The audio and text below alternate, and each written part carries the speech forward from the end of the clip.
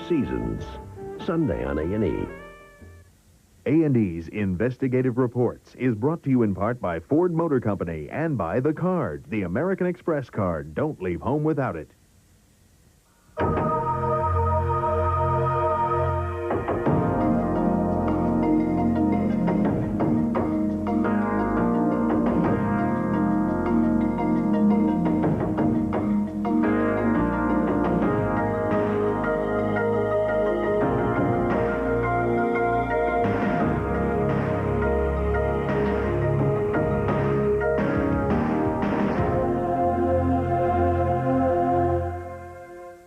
Hello, I'm Bill Curtis.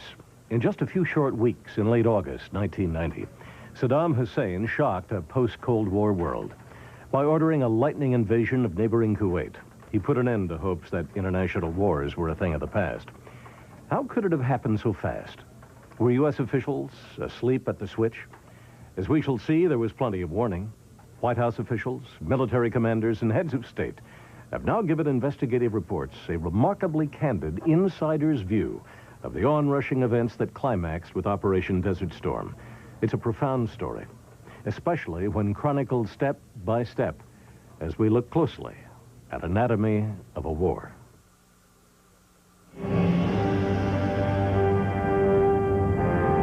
Persian Gulf on fire. 40% of the world oil supply at risk. 500,000 U.S. troops rush to an alien desert arena. Air war of unprecedented ferocity. Awesome. Mesmerizing. Terrifying.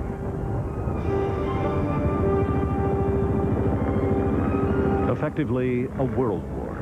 30 nations against one in a U.S.-led United Nations coalition. Anatomy of a war. The origins.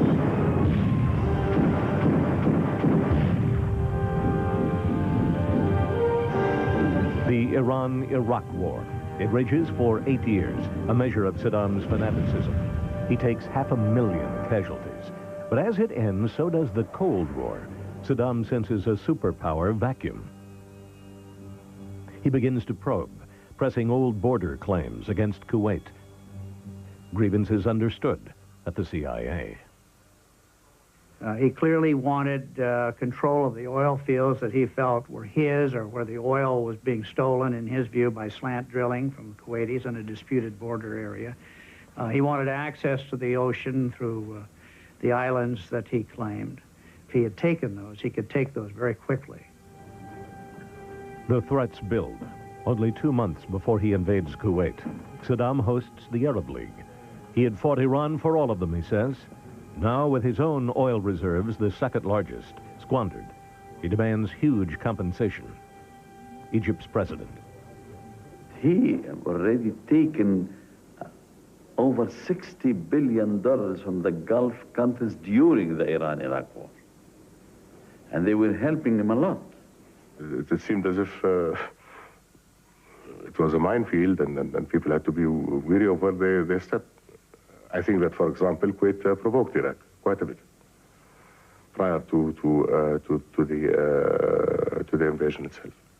Mid-July, U.S. satellite intelligence reveals a massive deployment of Iraqi troops near the Kuwait border. The CIA monitors this. We could see the gathering of armor on the ground, the movement of military units into attack formation. One time there were 35,000 troops massed on the border. Then there were 70,000. Then 100,000. It's a very open threat, building day by day for a full 2 weeks. Officially, the U.S. stays silent. No countermove. No official warning. And now the Arabs are saying not to worry. Egypt's President Mubarak is directly reassured by Saddam. I decided to go immediately to meet with Saddam Hussein. Then I asked him a direct question. What about the news that there are concentration of Iraqi forces on the Kuwaiti border? Is this right? And then he told me, oh, my friend, It's no problem there.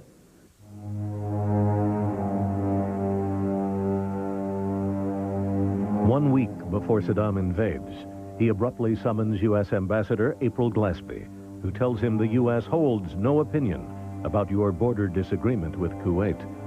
She then goes on vacation. Yet the Pentagon is now very alarmed. Undersecretary Paul Wolfowitz discloses the warning he gave. There's so much force there, and it's so far committed that there's a significant likelihood he's going to use it. Magnitude of this task. The military dilemma: only Saudi Arabia can provide the land base for an effective counterstrike. They approach the Saudi ambassador, Prince Bandar, but he is unconvinced. And there was a sense that maybe the Americans are a little bit exaggerating it, so that they will then be asked to come in or establish, quote-unquote, presence in the region. The dilemma for Bush: Saudi cooperation is likely only if Saddam occupies Kuwait. As if sure of U.S. reaction, the Kuwaitis seem strangely unconcerned. The Kuwaitis still had the same position, that no, let's not exaggerate this. They had an answer that, well, if he wants to invade, let him invade. He will be pushed out. The invasion eve. Saddam visits the front. For 2 weeks, he has hesitated how far to go. From Washington, silence, even after the CIA director warns of imminent invasion. We did so several hours before the invasion occurred and predicted it within 12 to 24 hours. The warning is routed by National Security Council member Richard Haas to his chief, advisor Brent Scowcroft, dramatically. And he said, well, let's go see the president about it. And while the three of us were talking, the phone rang. We had just heard from our embassy in Kuwait that shots were being heard and some kind of war had just begun. Some kind of war. But what exactly? We didn't know whether you just had some isolated shooting, whether you had the Iraqis maybe moving a couple of meters into Kuwait. We had no idea of the extent of what was going on. Hours into the invasion, Saddam calls Jordan's King Hussein, requesting an Arab summit within 48 hours. We have gone in, but this is temporary. And we are willing to withdraw, provided we can resolve this problem once and for all within the Arab context. Then George Bush phoned us. I told him, give us 24 hours or 48 hours. We may find a good solution. So the feeling was, okay, we'll give people their 48 hours. Quite honestly, there wasn't a lot we could do yet. You can't suddenly start up the American military machine as though you're flicking on a light switch. For a few crucial hours, both Bush and Saddam seem to wait for the other. Saddam is still not warned. Bush makes his first statement on the crisis, saying he won't discuss military options, but is not contemplating any. Then he leaves for Aspen, Colorado, to meet Britain's visiting Prime Minister Margaret Thatcher. She brings her senior advisor on foreign policy, Sir Charles Powell. There was an immediate meeting of minds, that's my firm recollection. What Saddam Hussein had done was totally unacceptable. It couldn't be allowed to stand, to use two of the phrases which they both used.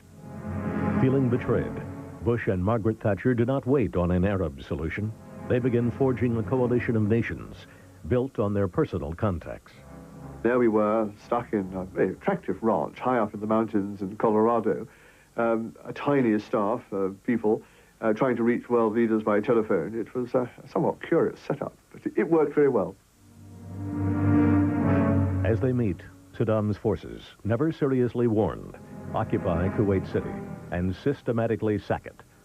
By this act, Saddam defies and mocks the major powers who have aided and armed him. What are we going to do? What's our position in such a bad situation? Really, I was in a mess from the people themselves. Mubarak also cannot forgive Saddam's betrayal. He invaded the country. There was no reason. He bluffed me, so I cannot support him if he gives me 100 billion. Bush summons his inner circle. A small group, they avoid dissent. Paul Wolfowitz recalls how the president guides them and surprises them. We have to discuss the options, but let's understand one thing, that what has happened is unacceptable. That seemed to kind of set a tone. The president, after all, was clearly quite a bit ahead of all the rest of us. At the first meeting, no firm decisions of any kind. There might not even be a crisis. At the second meeting, a day later, the crisis becomes all-consuming. I think everybody had a sense that we were wrestling with a absolutely extraordinary crisis. I mean, one of the major events of the decade. He did not ask for policy recommendations. He asked very searching questions, and in the end, he made his own judgments. With Kuwait's emir safe in Saudi Arabia, the urgency is Saudi oil, 20% of world reserves. In checking Saddam, Kuwait is a sacrificial pawn. If you go into Saudi Arabia, I think the whole focus would have been on Saudi Arabia rather than on Kuwait, and Kuwait would have been like a bargaining chip in the whole thing. And I was praying that night that he would stop there in Kuwait. We lacked the means to help Kuwait, even if the will were there. We had to have a place to put our troops, and until Saudi Arabia was involved, we did not have that capability. The American side was saying, ask us for help, then we'll tell you what we will do. Prince Bandar becomes the key intermediary with Saudi King Fahd. The U.S. wants to send a deterrent force immediately, but Fahd has two major concerns. There's the huge social risk of having foreign troops in the Holy Land, and there's the risk of U.S. staying power, American resolve. There comes an extraordinary moment when Bush tells Bandar, I give you my word that if you ask for help, and we will come to help you as good friends, and I will go with you all the way. All the way. The President of the United States has given his word of honor in private. Publicly, nothing has been said. The Pentagon chiefs hasten to Riyadh, persuading King Fahd that Saddam is about to invade. Agreement comes in a mere 100 words. Prince Bandar is there. A simple agreement, however, with the Americans, that American lawyers did not like very much, simply because it was half-a-page agreement. It has three conditions. Friendly forces would be invited. They would leave whenever Saudi Arabia requested. They would respect Saudi traditions. 3 lines, we signed it, and every country that sent troops to Saudi Arabia had to sign the same agreement. Those in favor of the draft resolution. At the United Nations, the emphasis is on sanctions. The UN approves a naval blockade of Iraq. But at the White House, Bush orders carte blanche for any troop needs. John Sununu, then Chief of Staff. It eventually got to be more than 250,000, but that's just that sequence of their response to the president saying, make sure that if we are going to do this, we do this absolutely right. Though the scenario is open-ended, Bush only announces a defensive force of 10,000 troops. Within days, warships from Canada, Australia, and Europe prepare for the Gulf. Despite different agendas, it's an extraordinary expression of international will. But as we shall see, the two strongest wills will be those of two very different men. When Anatomy of a War returns here on A&E.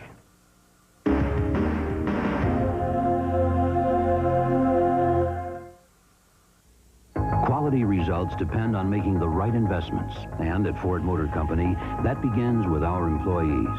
We invest over $20 million each month in the continuing education and training of our employees, and they, in turn, teach us new things every day. The bottom line, increased motivation and an obsession with quality. At Ford, an investment in education is an investment in quality. Ford Motor Company, quality is job one. It's working. I think that focus on the customer as the most important person is absolutely essential. You don't buy what you want, you buy what the customer wants. That's important. These are long-term relationships, they are friendships, and you've got to give time to these people. I guess the most important thing you have to teach a lot of people is about people, be it your fellow worker or your customer. You're only as good as your last happy customer walking out of the store. Seeing a sign on a store window saying they welcome American Express certainly makes you feel comfortable about going in and not worrying whether you have the money in your wallet.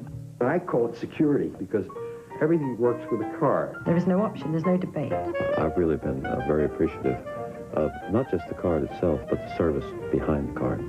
We expect that kind of service from American Express.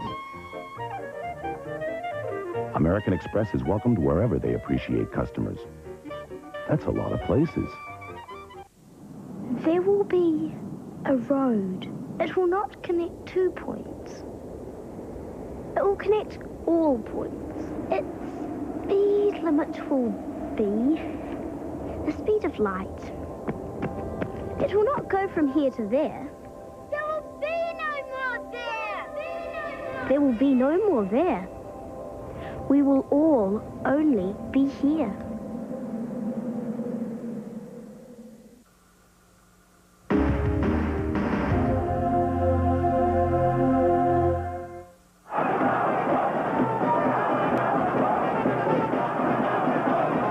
So the battle lines are drawn, led by two crusading personalities, both with a strong sense of national mission, both haunted with the ghosts of lost wars, otherwise so very different. Bush, a maestro of global diplomacy. Saddam, a self-appointed general who seldom leaves his country, never visits the West. Two leaders constantly heard, but never in contact. It dismays Arab Americans who see Saddam encouraged. I think he was operating on a collision course from the beginning. I think we were operating on a collision course from the beginning, and we both got apparently what we wanted. Two leaders who never met, never conversed, but whose defining moments are now to violently intersect. For George Bush, demonstrative patriotism is part of his American roots, dating back 350 years. From his father, a U.S. senator and Wall Street banker, he acquires an ever-burning need to compete and contribute and lead. At Yale, he's team captain. 1942. On his 18th birthday, he volunteers for war, becoming the Navy's youngest pilot. After 58 missions, he is shot down, his two crewmates killed. Floating at sea, he's saved by an American submarine, a moment that politicizes Bush, according to school friend Thomas Ashley. I think that we all came out of World War II with some very fixed views of geopolitics. He's 21 when he marries, an oil millionaire by his 30s. His partnership, Zapata Oil, makes Middle East history. It drills Kuwait's first offshore well. Says a friend, in the mirror, Bush sees a Texas wildcatter. But over the years, the privileged image persists. The chauffeured college boy playing on. Bush is very deceptive because he's so nice and gentlemanly.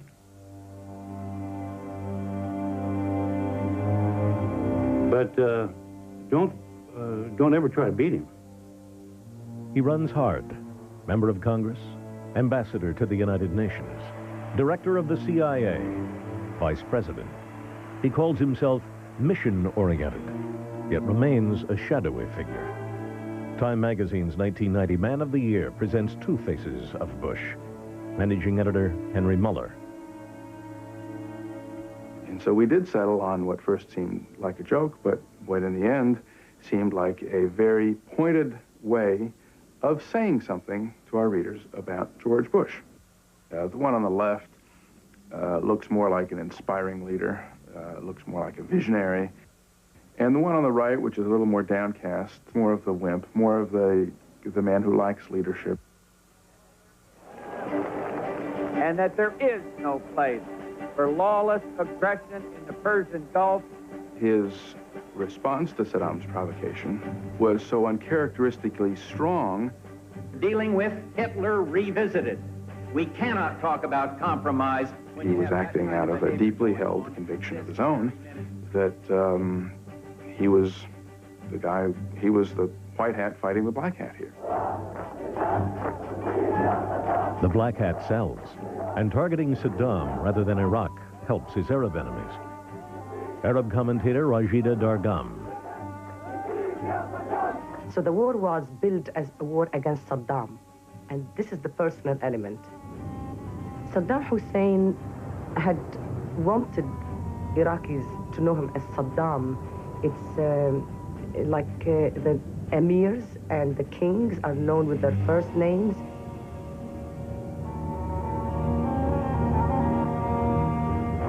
Saddam forces his own identity on Iraq, even creating his own museum. Though he comes from a peasant background, he presents himself as part warrior, part prophet, his lineage linked to Muhammad.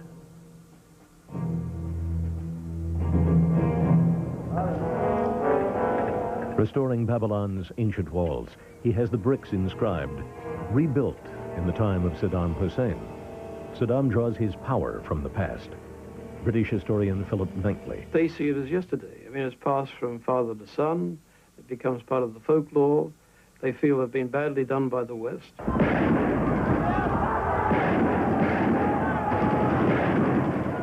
In 1959, as a student activist, Saddam is wounded in an abortive coup, an event he later has reenacted. He flees to Egypt for 3 years. Later, in jail in Iraq, he reads Stalin and Hitler on the use of terror to gain power. Saddam Hussein is, put simply, a thug. He's not a nice guy.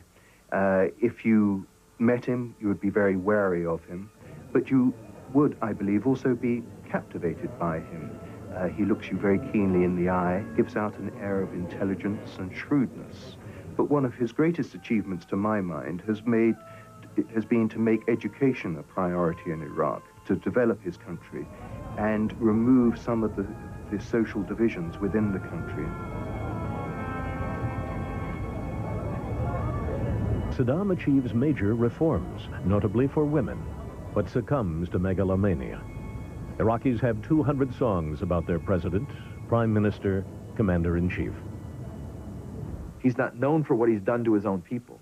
He's known as the guy who stood in the face of the West and George Bush and said, for all the centuries of what you've done to us, I'm going to say no.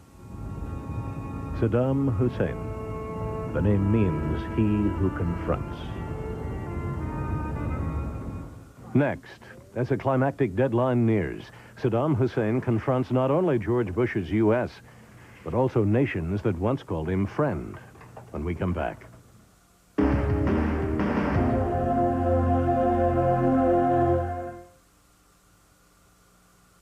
It's morning in Detroit, and Ford designers are working on a concept car. In Brazil, a class of engineers studies a new engine. In England, a Ford-powered car drives to victory. In Australia, a Ford returns from an endurance run. And back in America, the Lincoln Mark 8 gains yet another admirer. This is Ford, a world of 325,000 people in 30 countries, where the pursuit of quality never stops. Canker sores are torture. New Sensiguard stops the pain fast and stops it for hours. Sensiguard won't wash off. Sensiguard stops the pain fast, stops it for hours. New Sensiguard stays on guard against canker sore pain. In a timeless battle between war... They're firing on anything that moves. ...and peace. I've come to offer you an adventure. There is only one hope for the future. No one is pure. No one. One dream kept alive. Surrender your vessels or be destroyed. By an outpost in space, dedicated to peace. We'll strike back, and we'll strike back hard. Babylon 5, the series. Hi, Lovejoy here. My friends and I have unusual jobs. Then tell us about it. We solve mysteries. Go on. This is interesting. They're intriguing. Just tell me what happened, my dear lady. Thought-provoking? He knows something I don't. Sometimes dangerous. I'm gonna tear you apart. Stylish And always clever. This is turning into a very distinguished gathering. So spend some time with us for the mysteries of A&E. Time well spent. You know your NyQuil works. What'd you do? You tried the latest thing, so you coughed all night. Got no rest. Ended up a zombie. And your proposal to the world's most demanding boss? Postponed until tomorrow, which means you can take NyQuil tonight. You're stupid, Dave, but lucky.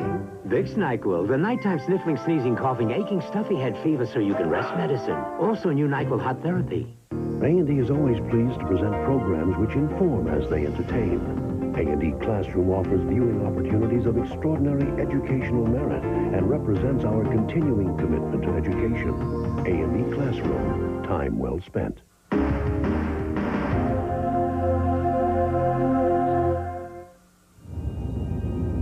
With 350,000 troops in Kuwait, Saddam could seize Saudi Arabia and could effectively control the Western economies.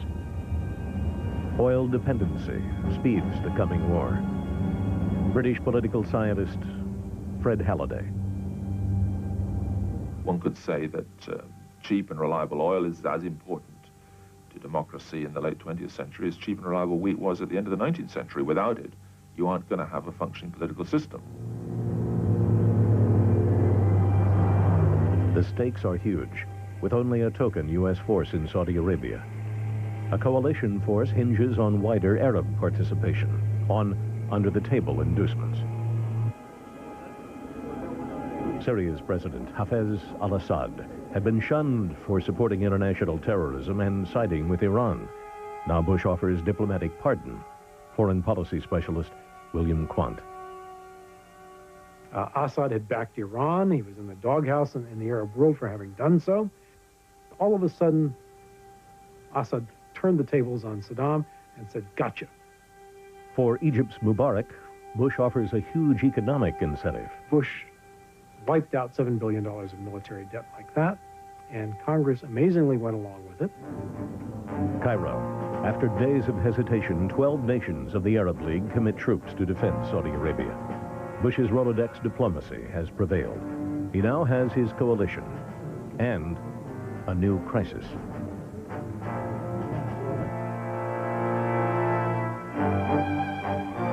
Saddam calls them guests, 13,000 foreign hostages, including women and children. The drama instantly enlarges, becoming a kind of surreal television serial. Yes. Does Stuart get his note? If there was one incident which I think in British terms consolidated the whole of British public opinion in their support, it was the occasion when Saddam Hussein was seen with a young British boy, patronizing him in the most disgusting way. Stuart, for instance, Stuart, well, I'm sure. Though the anti-war movement is set back by the hostage affair, much of the Western public still supports sanctions, not force.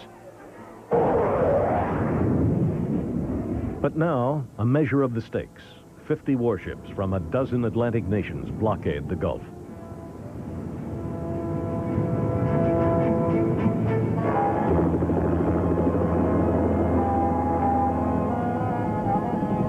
Every boarding brings risk of a firefight, a missile attack, a total showdown.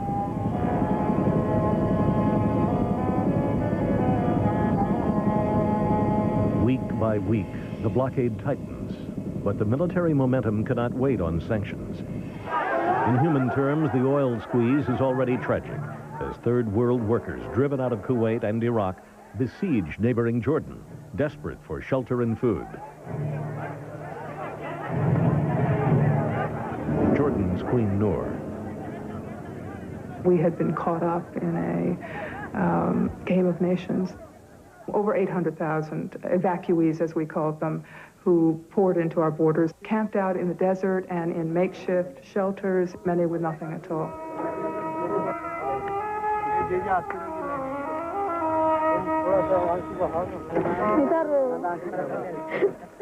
American-born Queen Noor, an urban planner before she marries King Hussein, helped supervise the camps.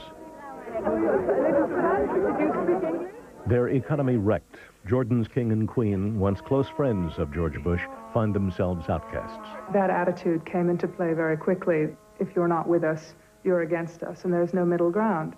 The test of wills escalates. Saddam repeatedly visits his hostages, drawing out the television drama of the guests he now calls human shields, most of them Europeans and Americans.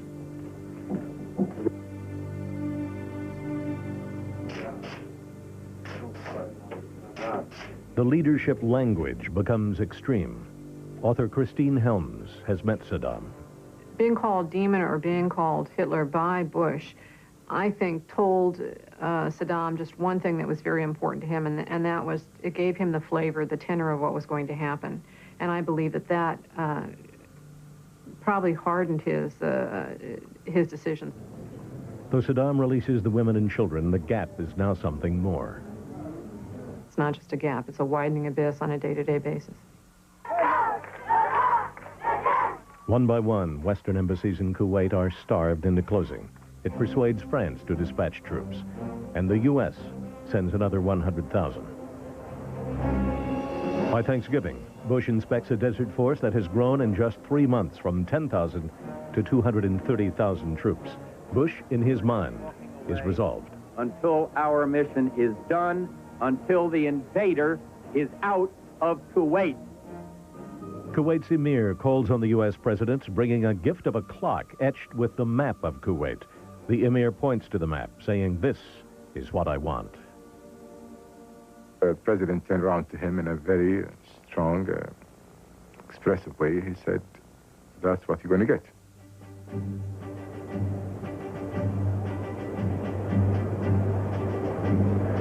The day before the U.S. relinquishes the chair, the UN Security Council approves a resolution, co-sponsored by Canada.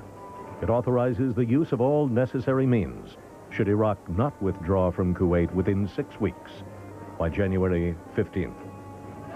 With the fear of war comes a deeper fear, what kind of war it might be. Privately, the coalition leaders anticipate a very bloody war. When Saddam Hussein withdraws totally... In Britain, John Major becomes prime minister, but does not waver, though he fears heavy loss of life. Washington, late December. Bush and Major agree. Saddam isn't backing off. Bush flatly says there has to be war. My recollection is that most of that discussion was about the imperative need to use military means to evict Iraq and trying to choose a date when it would be right to start. According to the British commander, as much as Saddam, the enemy is time. We knew we were going to be ready to go to war when we did, but would we actually get that far? Would he allow us to get that far, or would he give a concession to the United Nations which would unfold the whole thing? Saddam begins releasing the hostages handful by handful, personally saying goodbye, keeping himself center stage as world dignitaries come pleading for their brethren. Visiting Kuwait, Saddam makes a traditional New Year's offering of salt, while in 1,000 small towns across America, yellow ribbons number the lives to be committed, only 2 weeks before their president must decide. Those of us who saw him every day could see that he was thinking about this now almost constantly. But I'm convinced that he did what he did out of conviction that it was right, because he took a very large risk. And I think he understood the risks. I think he understood that his whole reputation in history, maybe his office, if he failed in this, he could face impeachment. Not to mention the risks of having a military disaster around your neck. 6 days to go. One moment of hope remains. In Geneva, the Americans and Iraqis finally meet face to face. A letter from Bush to Saddam is delivered, but left unaccepted. Richard Haas drafts the letter. It was largely a message of firmness, which is you had better contemplate the abyss into which you were about to plunge you and your nation. At the last moment, Congress ratifies the use of force. But on January 14th, eve of the UN ultimatum, Iraqi's National Assembly votes unanimously against withdrawal from Kuwait. The deputies chant, "Long live Saddam."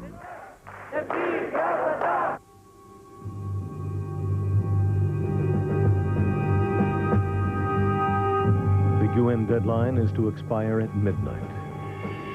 In the distant desert wadis, 1 million soldiers wait.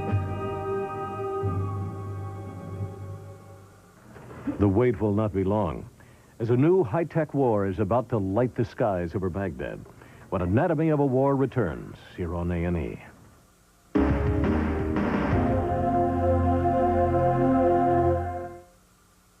How do you lose playoff tickets? It happens. No, losing your keys happens. Losing 15th row playoff tickets does not happen. Get it?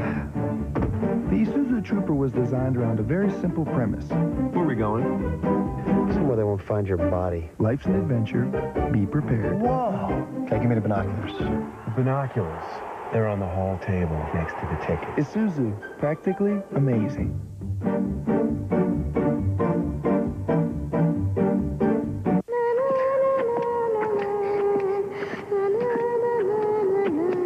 The universe is information. Information can be digitized. Digital data can be transmitted. Every book, every movie, every piece of knowledge in the universe, right here.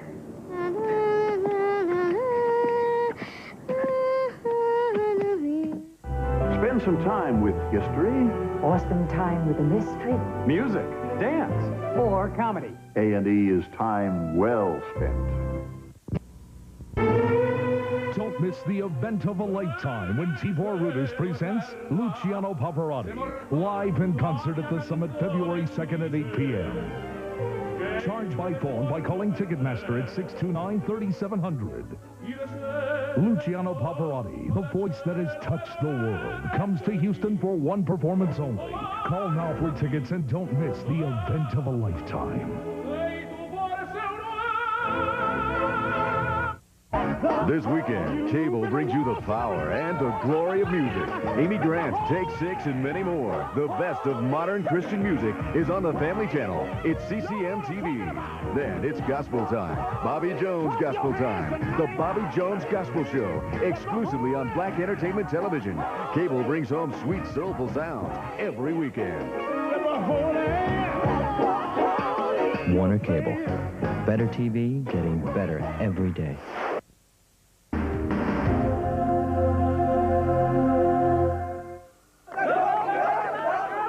In the long buildup of armor and emotions, only hours remain.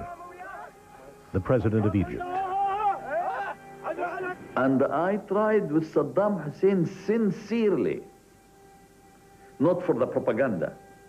32 times messages, written, oral, through the media, through the television, asking him, please.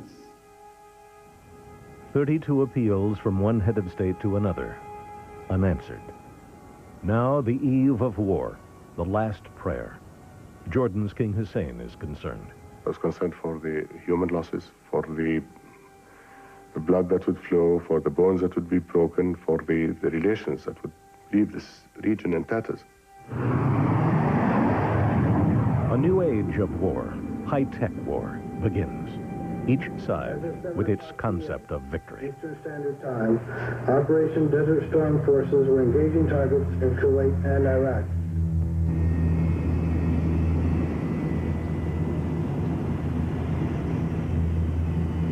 It is war on schedule.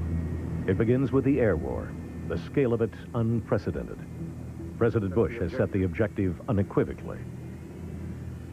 Commander of the air war, General Charles Horner. We have to bring the force to bear, then bring it to bear in such a way and of such magnitude that it is over with quickly. Smart weapons, originally designed to combat the Soviets, render the outcome inevitable. It is only a question of losses.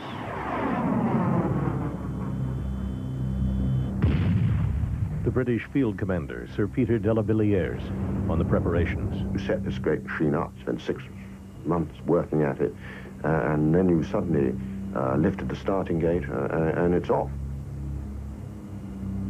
If there'd been heavy losses, then we would know that we'd perhaps not gained the initiative. The initial moments of the war are very difficult for all of us. There's a feeling of just despair because you're going to embark on taking of lives, and you're going to lose lives of friends, of colleagues, of allies.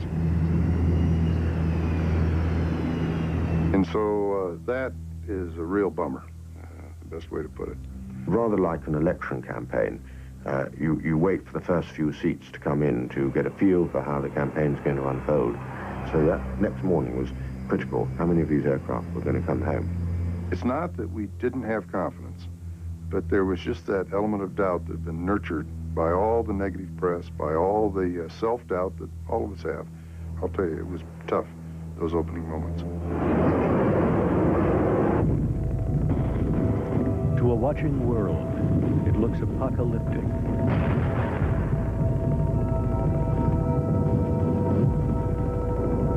The spectacle seems sufficient for Saddam. He grounds his Air Force.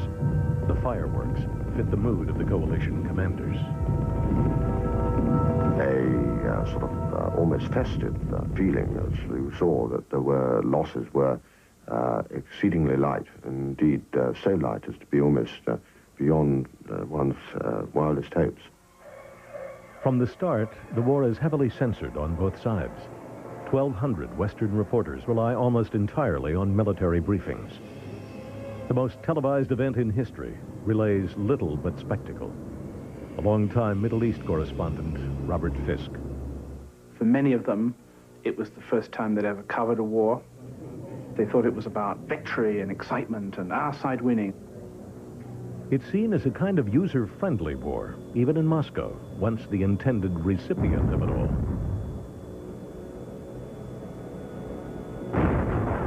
The war was basically viewed by most people as fun and kind of exciting because the way it was shown, the way the military allowed it to be shown. The smart bombs going into holes this big, so that people were saying, they were just saying, amazed. Look at this technology. Impact. Boom! Oh, yes! Day two. The euphoria gives way to dread and disbelief as a third world nation unleashes its Scud missiles. I remember when the first Scud attacks came in, it was late. It was somewhere 7, 8 o'clock Washington time. Early press reports that these first Scuds may carry chemical warheads cause panic in Israel. Paul Wolfowitz. The Israelis came over on the hotline and said they were getting ready to take military action to respond. And we said, wait, we need to talk about it some more. It is the crisis the U.S. fears most, that Israel will enter the war and split the Arab coalition. Egypt's Hosni Mubarak. I phoned Mr. Shamir at that time. Told him, be patient. It's better to keep quiet. This give a good impression, at least, to the Muslim world. And thank God that Shamir was reasonable at that time. Shamir is also warned that Israel might get caught in the crossfire and would get no special protection if entering the war. We did not agree to get out of their way if they did go in. We were flying so intensively over western Iraq that if the Israelis had gone in without coordination with us, in effect without our acquiescence, the danger of some misunderstanding was quite high. And we had that leverage, and they knew it. Day to day, the psychological war continues. At any time, if Saddam uses chemical weapons, what then? And would air war be decisive, or would it rally the Iraqis behind Saddam? With each day, Saddam can portray surviving as winning. At whatever cost, and the cost is to mount, he simply denies reality. Dictators, they're irrational. They won't give in. They won't concede to the inevitable and to common sense. Saddam Hussein's personality was something we'd studied. He was characterized as being a very strong controller. Decisions were his alone. He has told his troops, dig in, and this U.S. air advantage will pass. they had no concept of what modern air power can do and what it's like. We put more airstrikes on him in one day than he saw in 8 years of war with Korea. The airstrikes increased to 3,000 sorties a day. Officially, Saddam himself isn't a target, but the Air Force designed special bombs called bunker busters. The way I describe it is I say, we did not try to kill Saddam Hussein, but we bombed every place he should have been at work. As the air war escalates, so does an intense and deadly propaganda war for the hearts and minds of the world. That, when we return.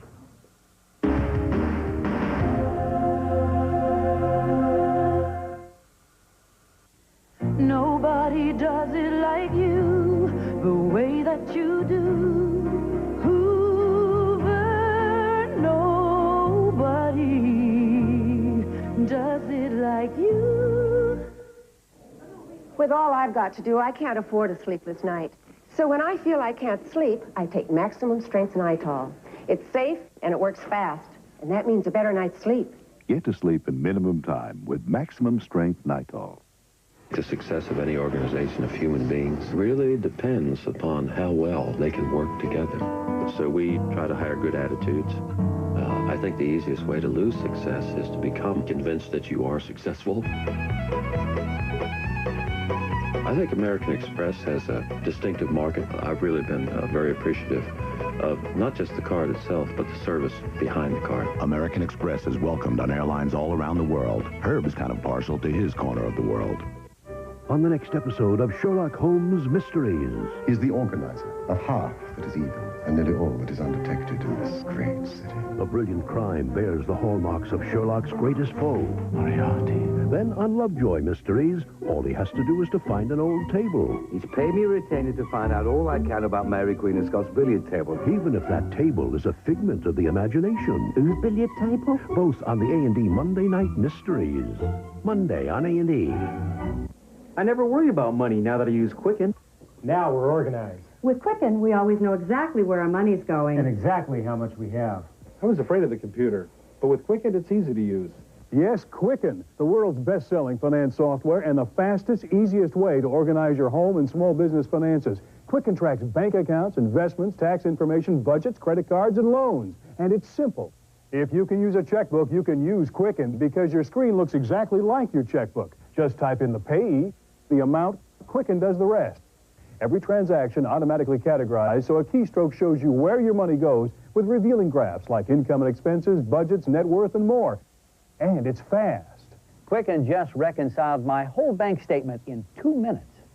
So, if you have a PC with DOS or Windows or a Mac, call now. Try Quicken for $8. That's right, only $8 to try Quicken for 60 days. Call now. Call 1-800-624-1822.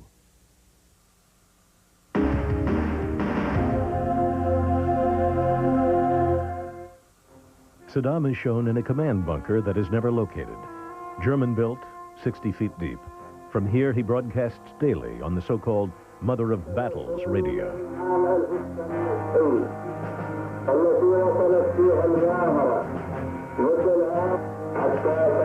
For him, defiance defines the battle. In all, 40 Scuds hit Israel, wounding hundreds of civilians. For half a century, the major powers have avoided this kind of warfare. Now they face their own weapons, supplied to a minor power. Weapons that might hugely extend the battlefield. It is an immense psychological weapon. We saw in Israel people suffocating because they didn't take the plugs out of their gas masks, dying of heart attacks. So my problem as the commander is, how do I handle this Scud?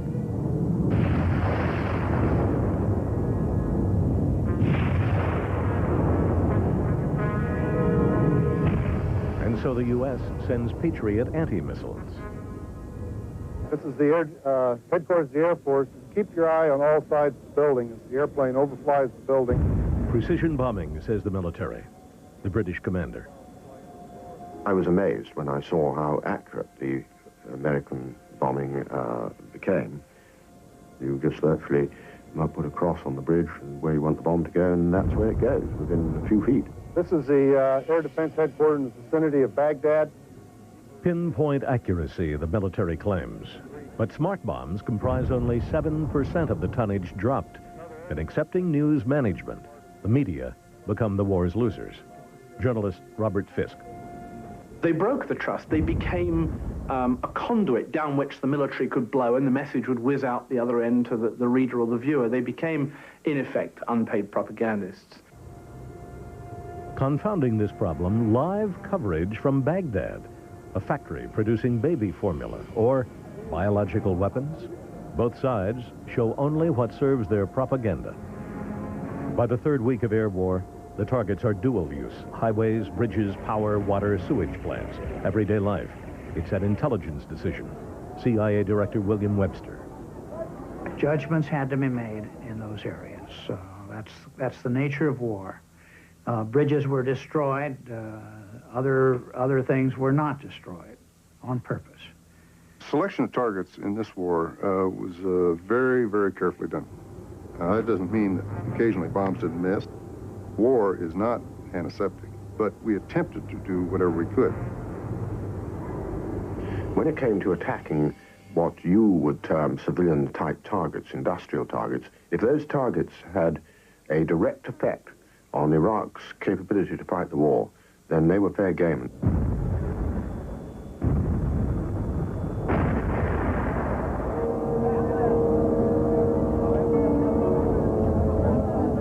Climaxing a month in which stealth bombers attack Baghdad 1,200 times. A shelter is hit, killing 288 civilians, mostly women and children. The coalition says civilians were put in harm's way. General Horner.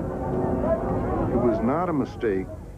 The bunker itself had the potential to be a secondary command and control agency, and certainly that capability was there.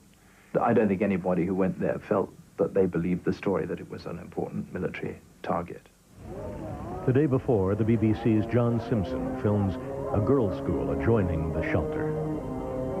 I think the chances that some, or maybe even most of those girls were in the shelter when the bomb hit are pretty strong. And that seems to me to have been a crime as equal to the things that Saddam was doing. Saddam reemerges, a man at ease among destruction. He has chosen war, but does not fight. He has sent his Air Force into hiding in Iran. He holds back much of his army to keep in power. And still he rationalizes that the coalition fears him, fears a ground war. If he could give the coalition, and particularly the Americans, a bloody nose on the ground, then he would have had a major political victory in the eyes of the Middle East. Iraqi forces penetrate Saudi Arabia, capturing the town of Khafji, and world headlines. General Horner says Saddam needlessly sacrificed his troops. He didn't care whether he lost his entire army as long as he inflicted 5, 10, 15, 20,000 casualties on our troops. Then he could declare victory and go home. In the desert, the Pentagon chiefs and Schwarzkopf confer. There's concern that the prolonged air war is yielding diminishing returns, that it might even help Saddam find support for a settlement. They begin probes for a ground war, but they worry. Has Saddam been saving his chemical warheads for this? He did have about 35 of them loaded with chemical weapons. He did not use them, but we thought he would use them. The chemical warhead has to be popped at the right altitude in order to get max dispersion, and it needs a very, very sophisticated fuse, and I just don't think he had it. I would say that he was concerned that it was going to escalate the whole war up to a level that really would not have been acceptable even to Saddam Hussein. And one other explanation that many think influenced him, the president had issued a kind of warning that all bets might be off if he used any of these things, and he knew we had nuclear capability, and he feared it. What kind of war it might be, only two men know. And in this much, Bush and Saddam understand each other. I really think that there was a secret dialogue between Iraq and the coalition powers, and I think that America in particular would have said to them, to Iraq, if you go chemical, we'll go nuclear. And we can limit our nuclear attacks so that it's not going to be devastating to the rest of the region, and really Iraq will cease to exist. Exactly why Saddam Hussein never uses chemical weapons is something history will be left to discover. What history will certainly record is that by this time in the war, impatience is building on the Allied side. After a month of relentless and unprecedented bombing, Hussein still holds total power in Baghdad, and his troops still hold all of Kuwait. As each day passes, it becomes more and more obvious that air power alone will not force the stubborn and sadistic Iraqi leader to withdraw his forces. A decision is now near on sending Allied ground forces into Kuwait, and when that decision is made, the results will surprise much of the world. I'm Bill Curtis. Stay with us as Investigative Reports presents the dramatic conclusion of Anatomy of a War. Now you can own Anatomy of a War Parts 1 and 2 on one video cassette for only $29.95 plus shipping and handling. Call 1-800-423-1212 and find out what really happened in Desert Storm.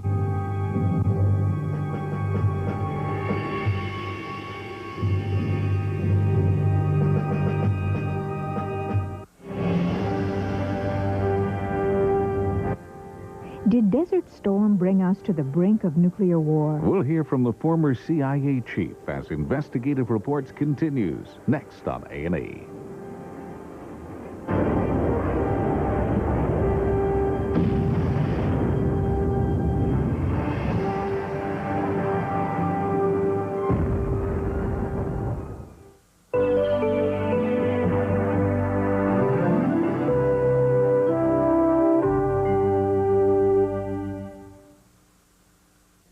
A&E's Investigative Reports has been brought to you in part by MCI. Today, MCI announces a project. It will unite the human voice and data and video and interactive media for the entire nation. Some people call it the information superhighway. MCI just calls it empowering technology to do things it never even dreamed of.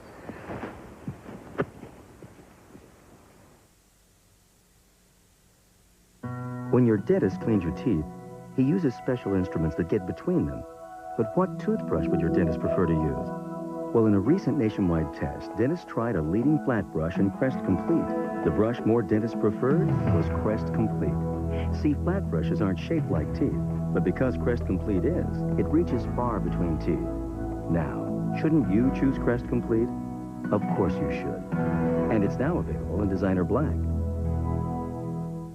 My last name is Lee, Bruce Lee. He was the ultimate kung fu master. He's the one that made them all want to be martial artists. Graceful, powerful, and magnetic. An immortal worldwide box office success. Ultimately, martial art means honestly expressing yourself. The Extraordinary Life of Bruce Lee on an all-new biography. Tuesday on A&E. We can't be playing catch-up with these guys. I mean, what is it that we need? Power. Speed. Lots of memory. Multimedia. Definitely has to be easy to use.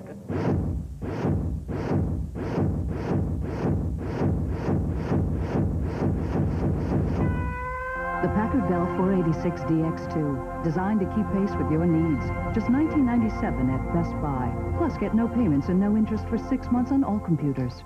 I mean, is that too much to ask? Seen any great movies lately? You have if you're watching cable. And if you haven't, you should see what you're missing. Because the movies on cable are more original than ever. Original drama. Original romance. Original adventure. Original action. Nobody brings home more original movies than cable. See for yourself. Warner Cable. Better TV, getting better every day. It's It seems easy. All Lovejoy has to do is to find a table. He's paid me a retainer to find out all I can about Mary Queen of Scots' billiard table. Ah, but there's the catch. It's not just any table. Whose billiard table? Where's my table? Good, this, isn't it? On Lovejoy Mysteries, Monday on A&E. A&E's Investigative Reports is brought to you in part by Delta Airlines. You'll love the way we fly. And by New York Life, the company you keep.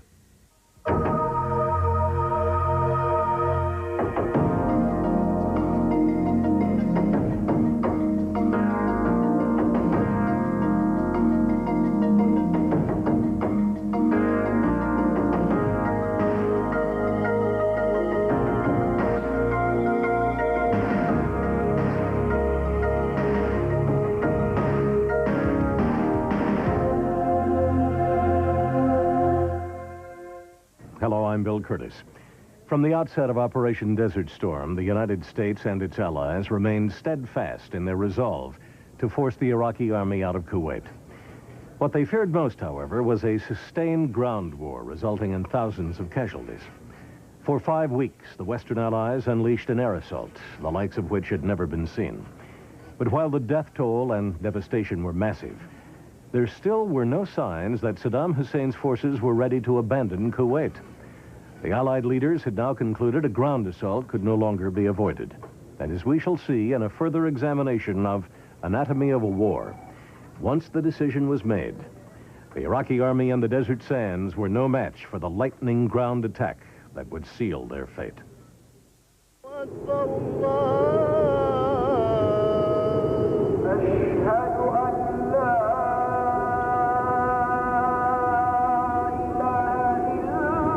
Throughout time, the Middle East has been the collision ground for the great religions, empires, and shifting allegiances.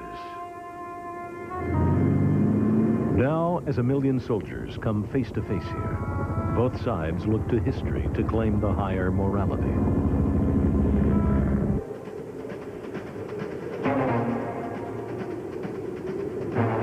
"31 nations from 5 continents have sent troops, planes, or ships, however token. Another 18 countries, notably Germany and Japan, contribute non-military assistance. Potentially, a coalition about as firm as the shifting sands. Old enemies like Argentina and Britain. Regional rivals such as Egypt and Syria. NATO nations and those of the former Warsaw Pact. They are now a UN force, and though militarily 700,000 strong, they cannot lose. They are psychologically vulnerable, culturally uneasy. The coalition is called a partnership, reflecting the sensitivities of history. Yes, what? Yes. Yes, sir. Last night. 120 coups. 120. Outstanding. The French are back, including the legendary Foreign Legion, so etched in Arab memory. The British are back, among them new units of the Desert Rats, successors to an old Arab stamping ground. The Americans are back in action, in their largest numbers since Vietnam. The Canadians are back, the first fighting force since Korea. For all involved, a melding of the coalition will be the first battle. The desert unifies them, focusing on a common target, Saddam.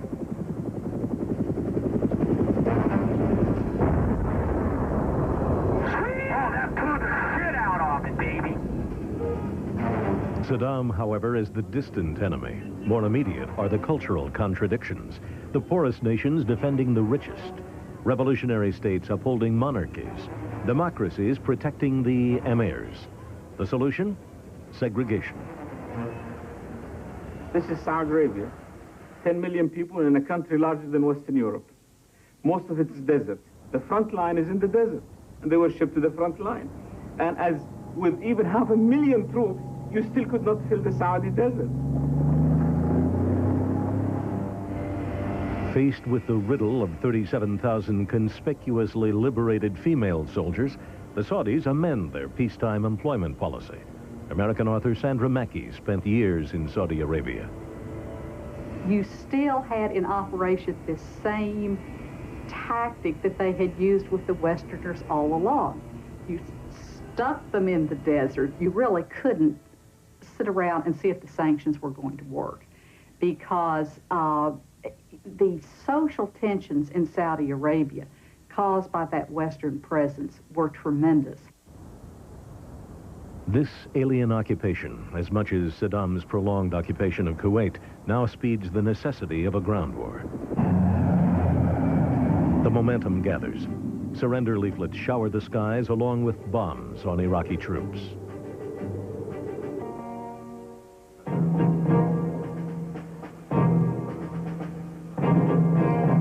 Saddam gets an ultimatum. Withdraw within 24 hours or face a ground war. Mediation ceases. He is alone. Anticipating the ultimatum, he has issued his orders.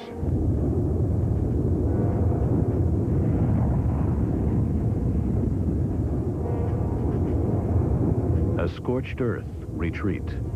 More than 700 wellheads are dynamited. Now Saddam's intentions are unmistakable. If he cannot have Kuwait, then he will destroy it. And that's exactly what he attempted to do.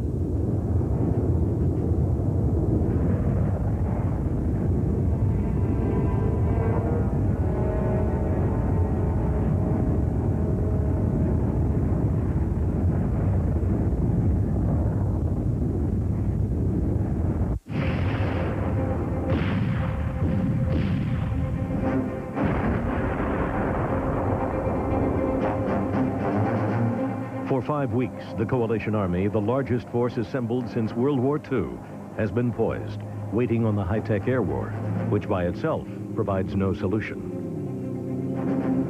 The British commander.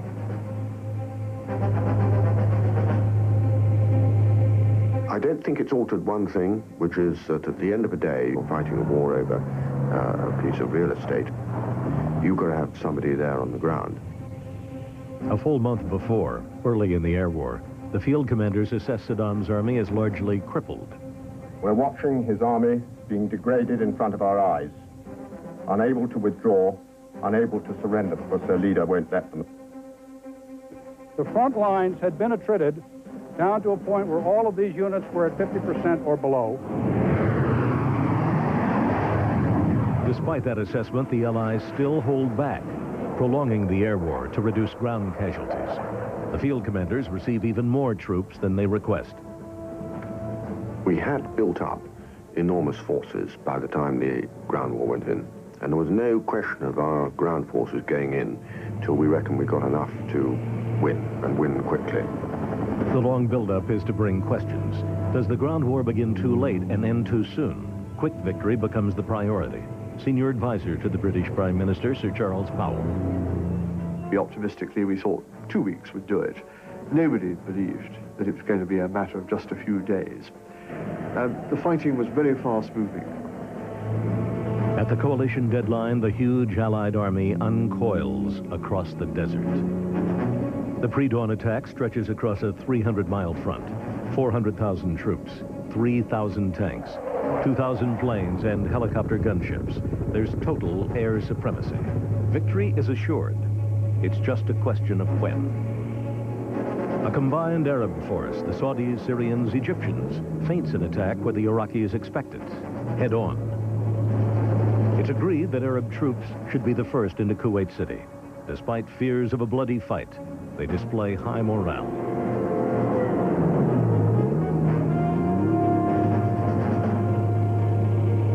The diversionary tactic works.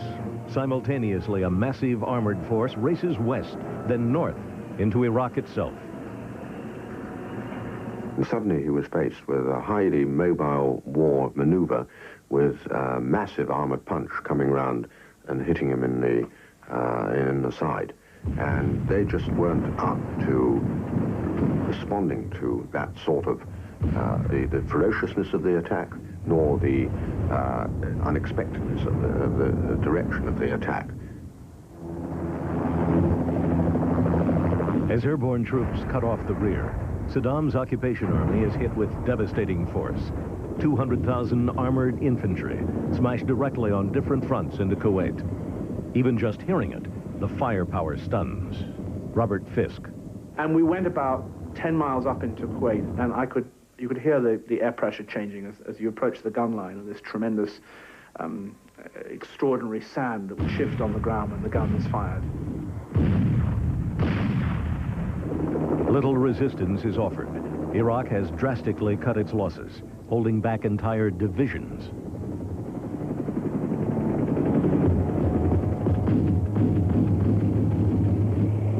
There were burning Iraqi tanks, bits of cluster bombs, unexploded shells, and dead Iraqis. And I suddenly realized that it wasn't going to be a war. They'd all gone. The Iraqis had just collapsed. That collapse would provide us with some of the most stunning and dramatic pictures ever shot. We'll see them when Anatomy of a War returns, here on A&E.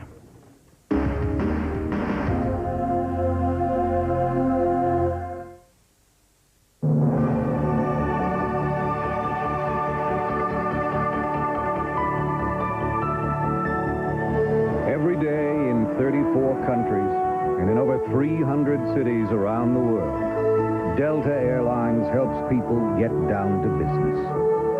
Every 17 seconds, Delta has a flight taking off to the world of facts and figures, buying and selling, budgets and bottom lines.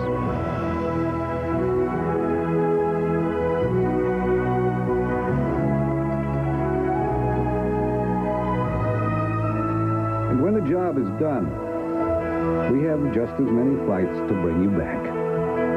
To the world of mommies and daddies, husbands and wives, boyfriends, girlfriends, and best friends. Delta Airlines.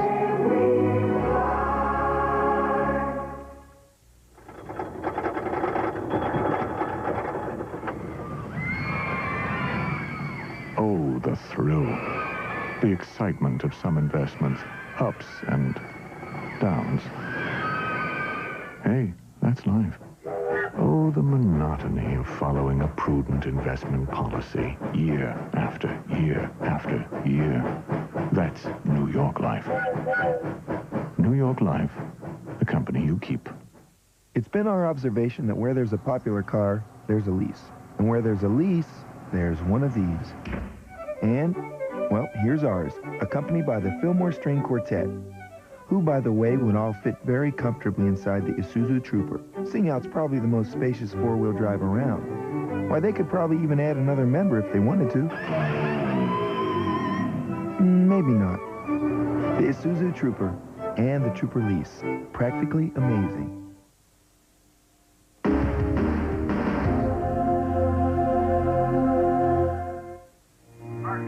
In twos and threes, then whole companies, the Iraqis surrender, their conditions pitiful. In the propaganda war, Saddam's troops had been presented as a formidable enemy, battle-hardened from years of war with Iran. In reality, a decade of war, now an unprecedented air war, has worn them down.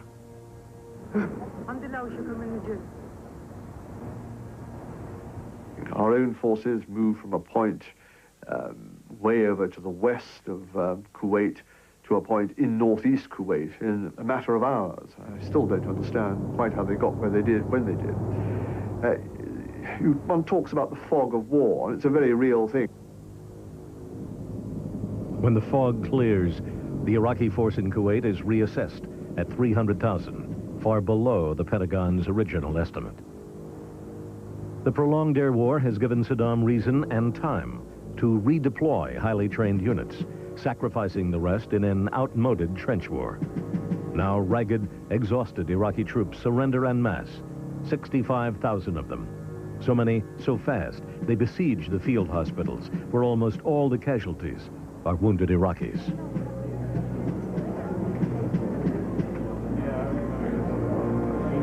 U.S. casualties throughout the Gulf War total 146 killed, 400 wounded. Iraqi troop losses are unknown. The average estimate is 50,000 dead. In the war's final moments, 28 Americans die when a Scud missile makes a direct hit on the U.S. military barracks at Dhahran. This was the last of 86 Scuds launched. The world would learn later that Saddam has many more.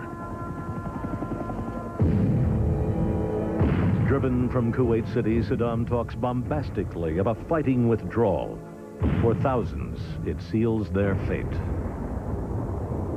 We have to bear in mind that he played a very close, direct and personal part in the conduct of the military war, so he is responsible. The coalition has no mandate to occupy Iraq. As a result, large forces escape. But those retreating from Kuwait are suddenly caught along a 7-mile stretch of highway. They are still armed, arguably a legitimate target. With a surrender, Saddam could save them. But he chooses to accept terrible losses to justify his policies.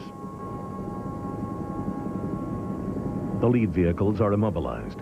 The huge convoy has no escape.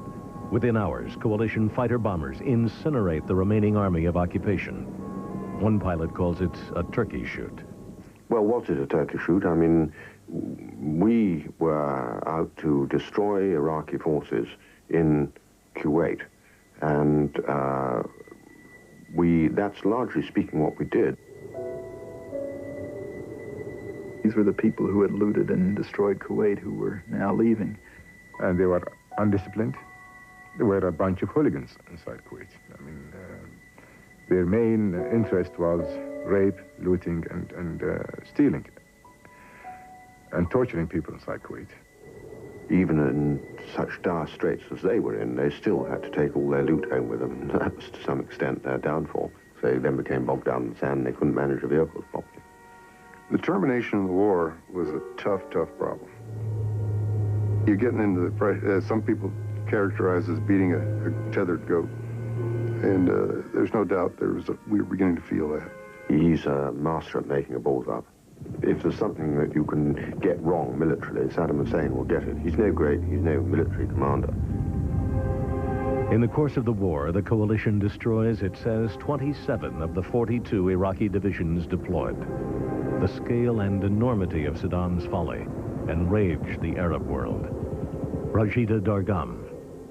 Everybody was stunned. So what was this bravado all about? Why were you going all the way and then you were going to be eliminated overnight?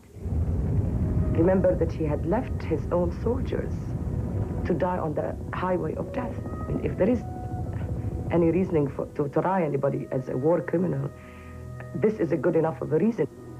With no censorship possible, the TV images quickly sway public and diplomatic opinion, just as they had when Iraq began its destruction of Kuwait.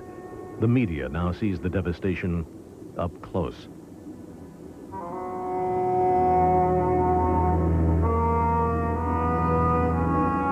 What we saw on the road to Basra, carbonized corpses, teenage reservists with their legs somewhere above their heads because they've been blown apart, wild dogs, packs of them, tearing dead Iraqi soldiers to pieces, making off with an arm or part of a stomach into the desert to consume it, to eat it.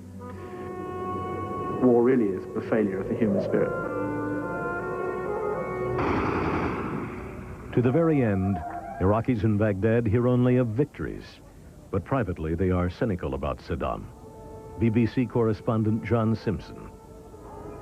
A senior government official, really senior government official whom I knew quite well, said, why didn't the Allies finish the war and come up the road and kill Saddam? And more things came out about people's hatred of him and their desire to get rid of him even then. At first, the military does urge pressing on into Iraq, but President Bush decides against it, surprising some allies. The questioning begins. Britain's senior foreign affairs advisor. We had no view expressed from our own military commanders that the end was coming so quickly. So naturally we said, have we really finished the job? Have we defeated them? And the feeling was that we would very rapidly lose the support of our allies, particularly our allies in the Arab world, if it looked as though it was turning into a massacre. To Saddam, the terrible losses seem inconsequential. He portrays surviving as winning, counting on an internal harvest of bitterness. Now that the war is over, an anxious world wonders what will Saddam do next when we return.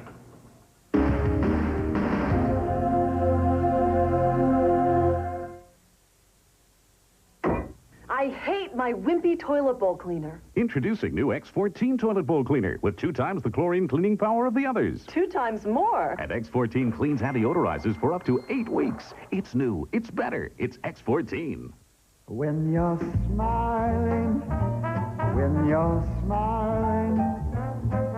the whole world smiles with you.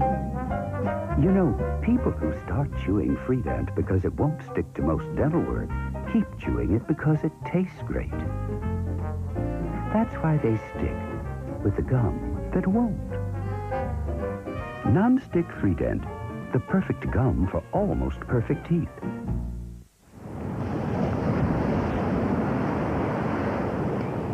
Data, digital technology, information superhighway. It's not about data, digits, technology. It's not even about highways. It's about you and me and Uncle Jack and everybody.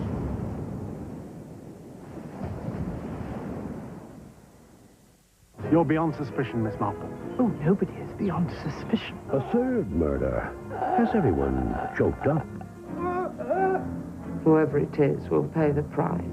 Was it the fiery redhead? If I had shot at you that night, I wouldn't have missed. Or the mystery writer? What were you doing at the time in question?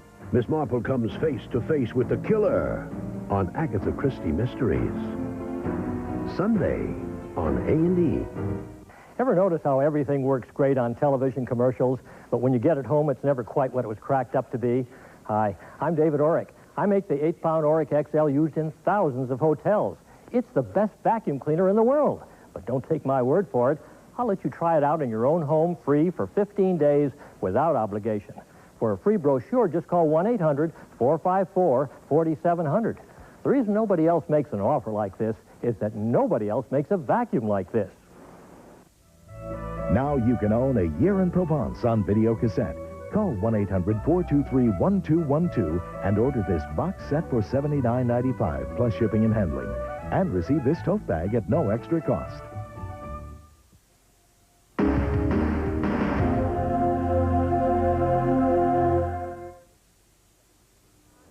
Kuwait City, March 1st, 1991. 7 months after its occupation.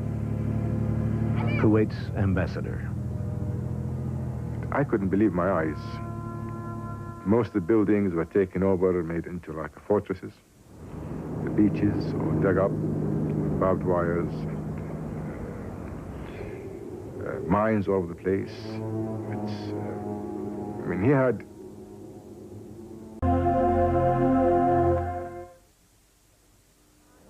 Kuwait City, March 1st, 1991.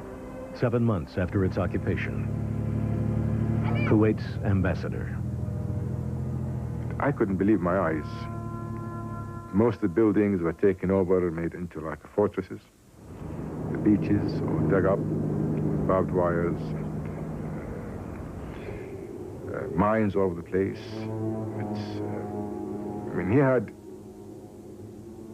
plans to sit there and fight a war similar to the First World War, rather than the war he was faced with. The weeks pass. The Emir's palace is restored, now with Filipino servants replacing the Palestinians. The Emir returns. The cost of this kiss? In lives, war and post-war, military and civilian, at least 100,000.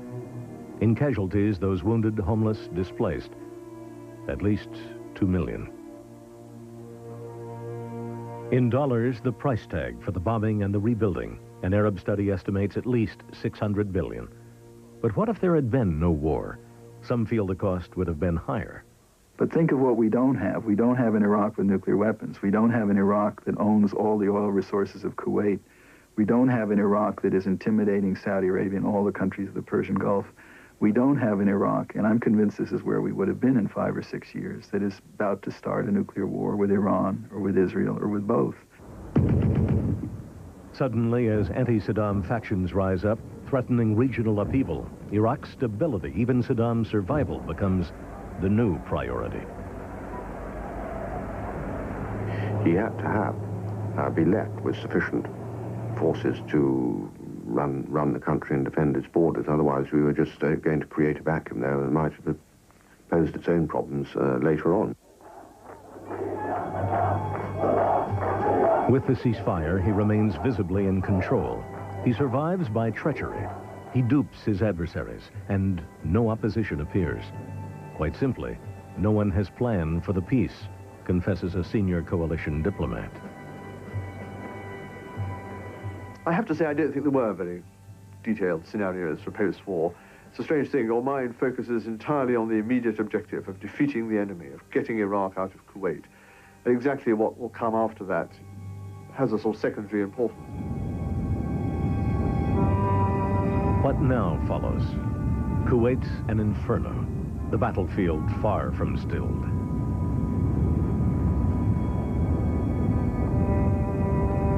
February 28, 1991. On a highway outside Kuwait City, Robert Fisk observes the official moment the shooting stopped.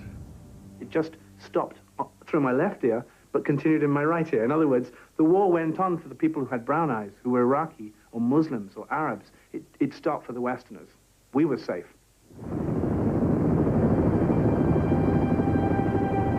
Soon after, there's a hurried formal surrender. At this meeting, General Schwarzkopf agrees to an Iraqi request to keep flying their helicopters. This triggers the chaotic peace. The Allies are tricked into believing the helicopter units will lead a coup against Saddam. I knew Yaakov.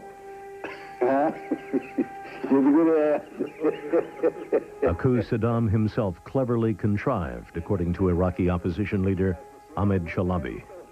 He sent officers to Jordan, who got in contact with their friends and relatives in Saudi Arabia. Iraqis were living there, and persuaded them that there was a coup in the making, led by helicopter-borne forces. And as a consequence of that, you had General Schwarzkopf being suckered. Ladies and gentlemen, when we were here, we were 150 miles away from Baghdad, and there was nobody between us and Baghdad. If it had been our intention to overrun the country, we could have done it unopposed.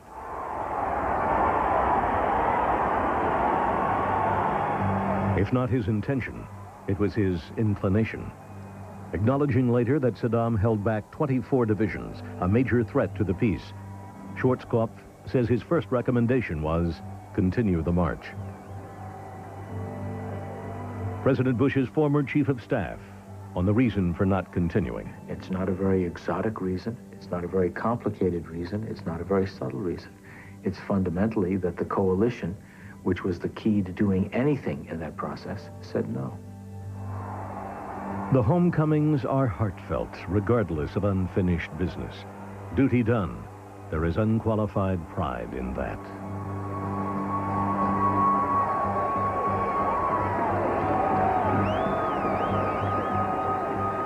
With U.S. troops held back and Saddam seemingly at bay, Iraqis respond to Washington's call to take matters into their own hands. Unaided, Kurdish guerrillas who seize key northern towns now face Saddam's huge reserve force.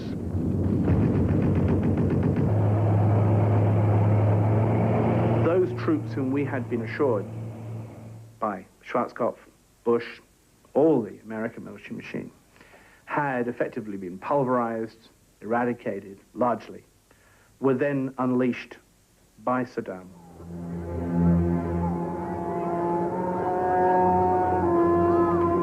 Now history repeats itself on a much larger scale. Their resistance crushed. More than 1 million Kurds seek refuge on the Iranian and Turkish borders. It's a desperate flight, mostly on foot, without food or shelter, an exodus without equal in modern times. Despite a history of resistance and the U.S. encouragement, the U.S. administration calls the outcome unforeseeable. I don't think anyone could have been prepared for the scale of what happened. I mean, there had been flights of Kurdish refugees to Turkey before. The biggest one, I think, was in '88 when 60,000 people crossed the border. This time, we had 500,000 into Turkey and probably a larger number into Iran. I still haven't even heard an explanation after the fact of why it was quite so massive. Gradually, the magnitude of the Kurdish catastrophe forces attention, but only gradually. The European community is first in organizing relief aid. Please, America people, you make a difference. Please, we need you now. President Bush. National Security Council member Richard Haas recalls the White House reluctance. There was some reluctance. There was some leaning backwards, if you will, rather than leaning forwards. But when it became clear, when the pictures came in, when we saw the reality on the ground, when we heard from Prime Minister Major and others and they made their case, we decided to take the plunge. And when we did it, we didn't do it reluctantly, we did it decisively. But yeah, we were somewhat reluctant to go into, if you will, a different phase of this crisis.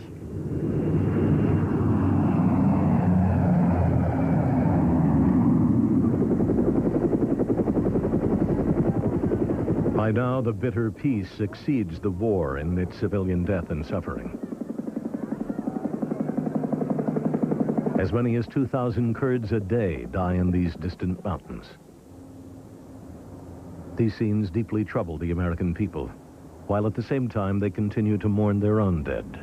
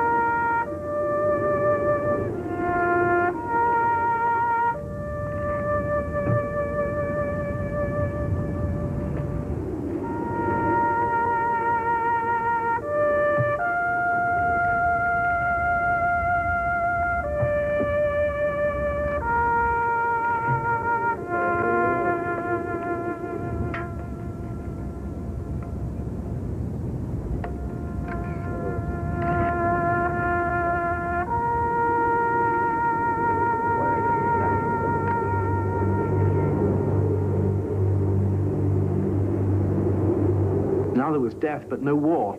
And what they gave us then was, instead of announcing that they were dropping X hundred tons of bombs or had made X number of missions, now they gave us the number of sorties in which they were dropping food pallets.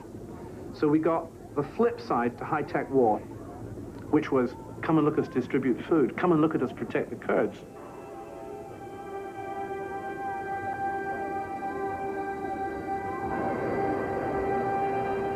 On one thing, the coalition leaders agree. They could not have carried the war to Iraq. Even Iraq's victims, the Kuwaitis, agree. I believe that U.S. and other coalition forces would still be in Iraq today, governing the country as an occupying power. Did we want this to happen? I don't believe anyone in our region or the U.S. and others were planning for this. History has come full circle. Saddam is needed as a buffer to Iran. But an Iraqi opponent of Saddam disagrees, saying there are other things the Allies could have done. They could have enforced the ceasefire terms, prevent Saddam flying helicopters. They could have said that you cannot move military units at will because you are defeated and we decide how you move your army. They could have encouraged reasonable elements in the opposition to assume control and leadership. Saddam's 54th birthday, 2 months after the war. He hails the battle as a triumph.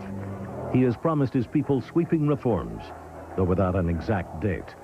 It is better than war, so they celebrate.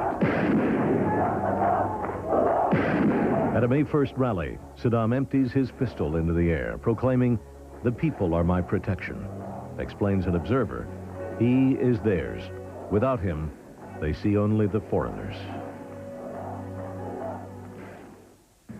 Next, Saddam's people will begin to live a nightmare as they pay a very human price for his foolish ambitions.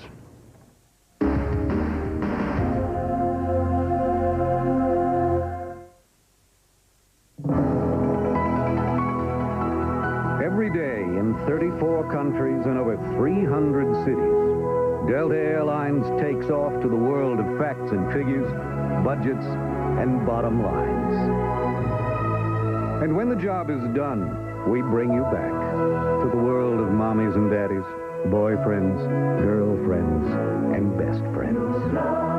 Delta Airlines.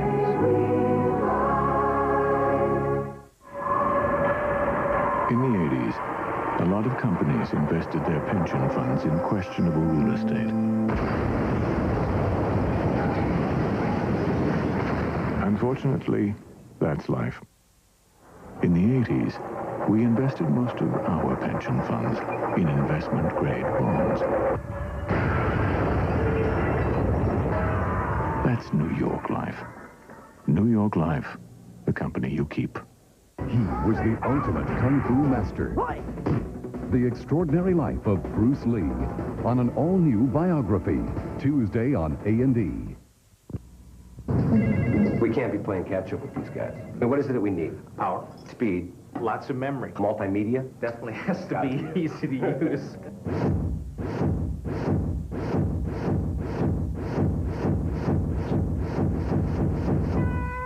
The Packard Bell 486 DX2, designed to keep pace with your needs. Just $19.97 at Best Buy. Plus, get no payments and no interest for 6 months on all computers. I mean, is that too much to ask? He was hired to protect her, but she only wanted his love. Kevin Costner and Whitney Houston star in the romantic box office smash, The Bodyguard, on HBO. And he was the world's greatest clown. He lived a life of stardom and scandal.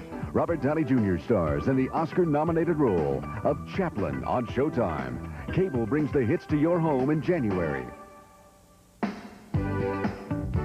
Warner Cable. Better TV, getting better every day.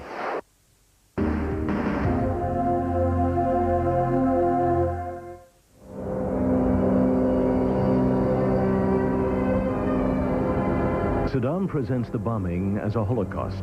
It encourages feelings of victimization, and this strengthens his hold on the Iraqis. During the bombing, it served the purposes of both sides to downplay civilian suffering.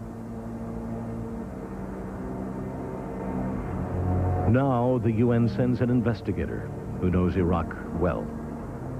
One came to realize that the infrastructure of the country had received terrible damage, and that nearly every major power station had been put out of action. The water distribution, sewage arrangements were totally destroyed.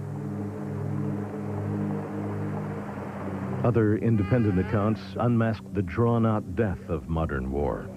A Canadian doctor, Eric Hoskins, coordinates a Harvard medical relief team. I went into the main pediatric hospital.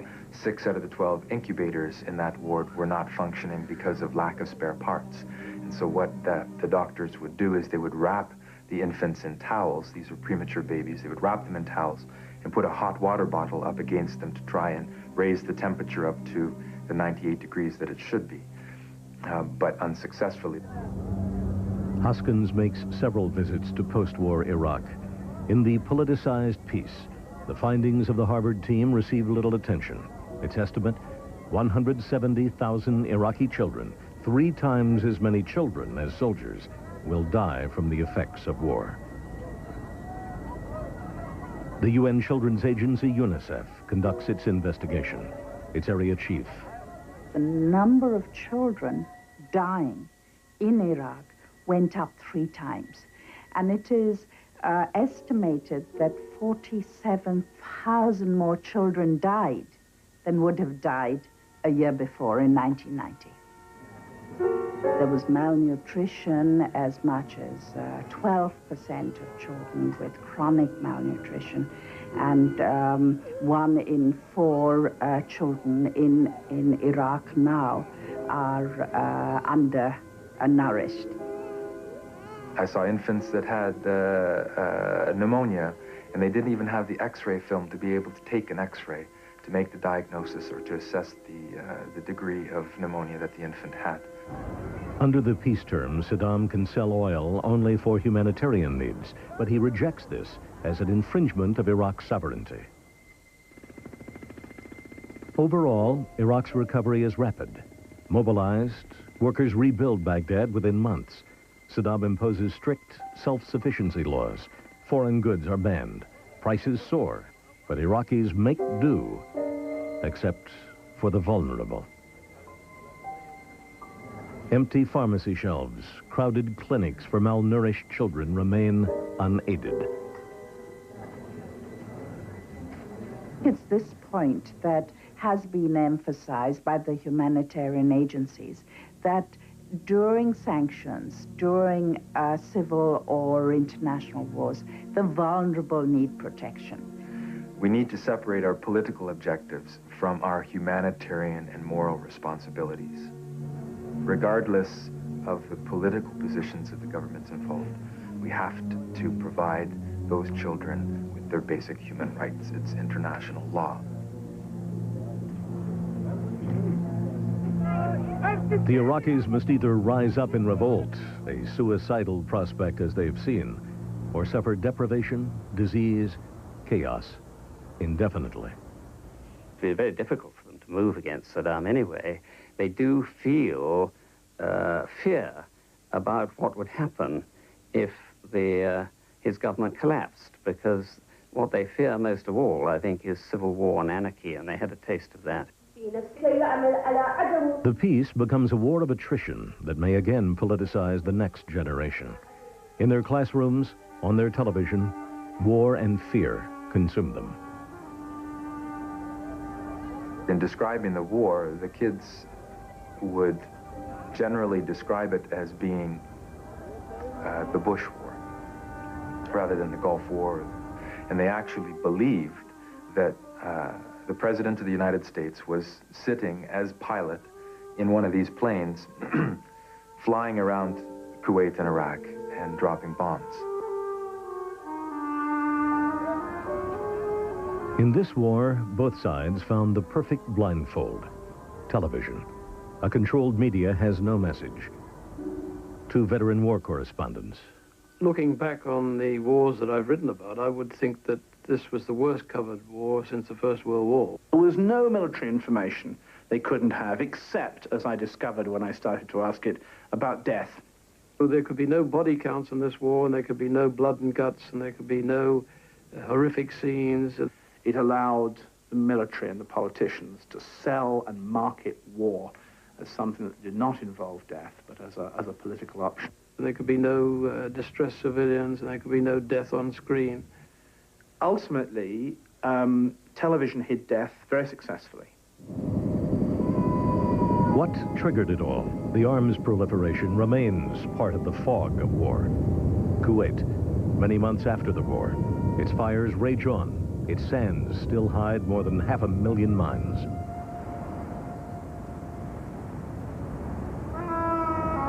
A war in which the worst horrors, chemical, nuclear, weren't used, but were there.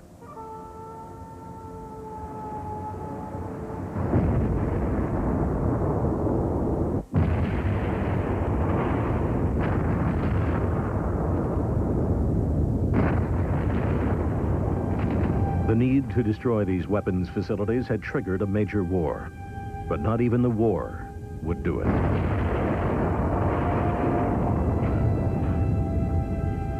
The UN now has to.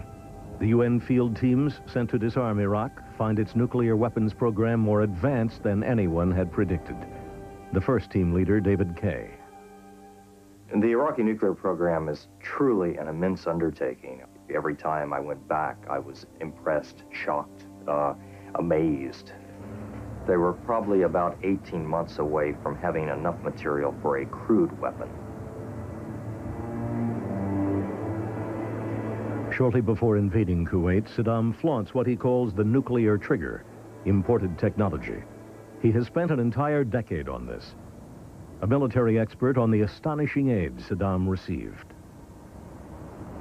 We're talking of lines of credit of something like $300 billion being extended out over a 10-year period. The more high technology, the more advanced weapons were supplied by the West. basic infrastructures came from Eastern Bloc countries.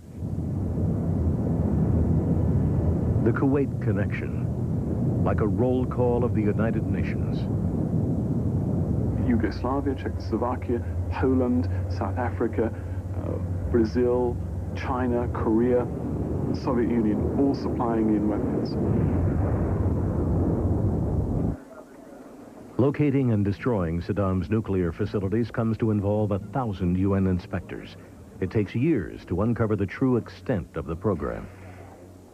We found a large number of chemical weapons. We found something like 50,000 pieces of munition filled with chemical agents, mostly mustard gas, nerve agents, in the form of artillery, rockets, bombs.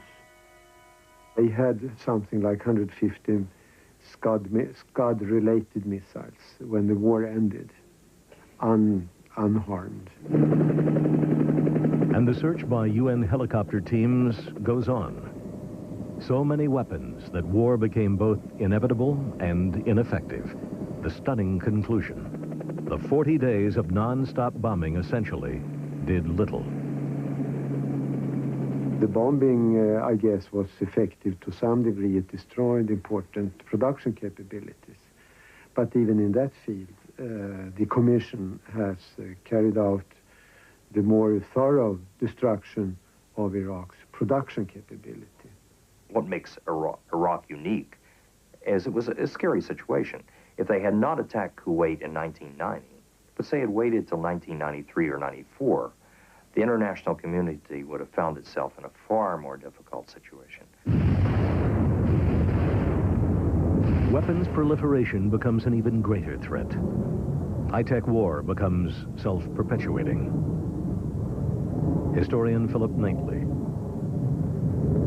You couldn't get better publicity if you're an arms dealer than what was shown on television screens throughout the world. And as a result of this, arms sails to the area of swords.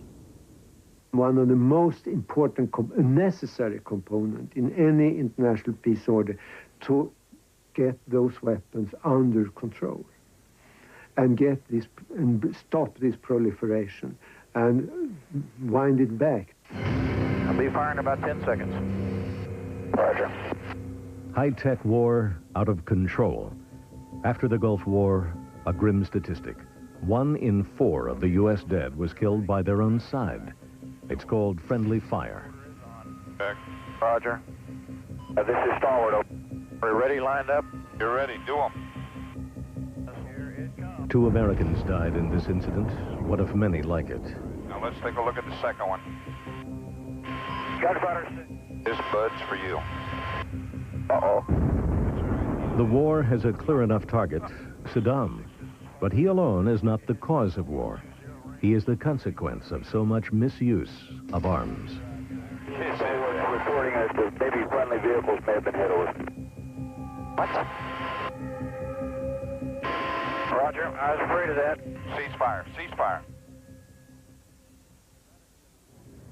When Anatomy of a War returns, the chaotic and dangerous future of the Middle East.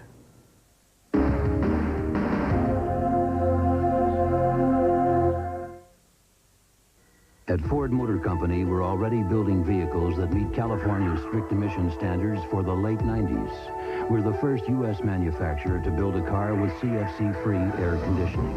And we'll soon have a fleet of electric vehicles on the road. For us, designing quality cars and trucks means keeping an eye on the big picture.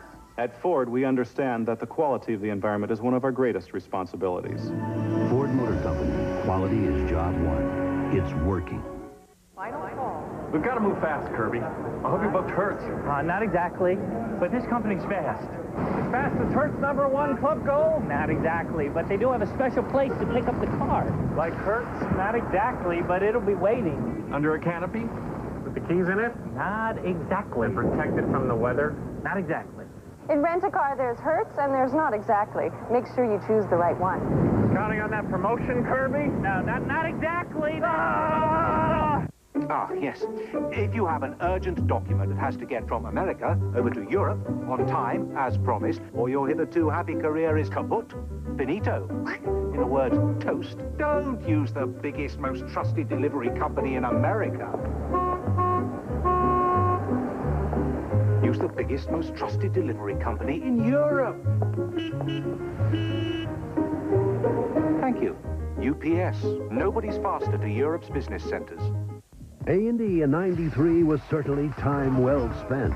A&E celebrates 26 Cable Ace nominations, more than any other basic cable network. A Year in Provence. Hip, hip. Biography. Onga donga. It sounds like a great idea to me. Caroline's Comedy Hour. Unbelievable! Unbelievable! Just a few good reasons to watch for the Cable Ace Awards and root for A&E. Hey, open up! I want that white thing.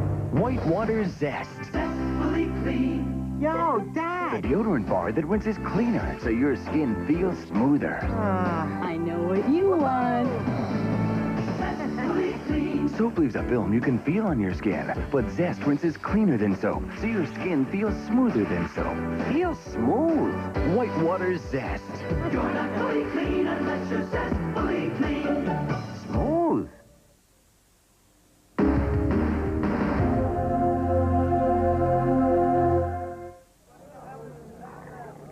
The Arab poor, the vast majority of the 200 million Arabs, become the post-war victims.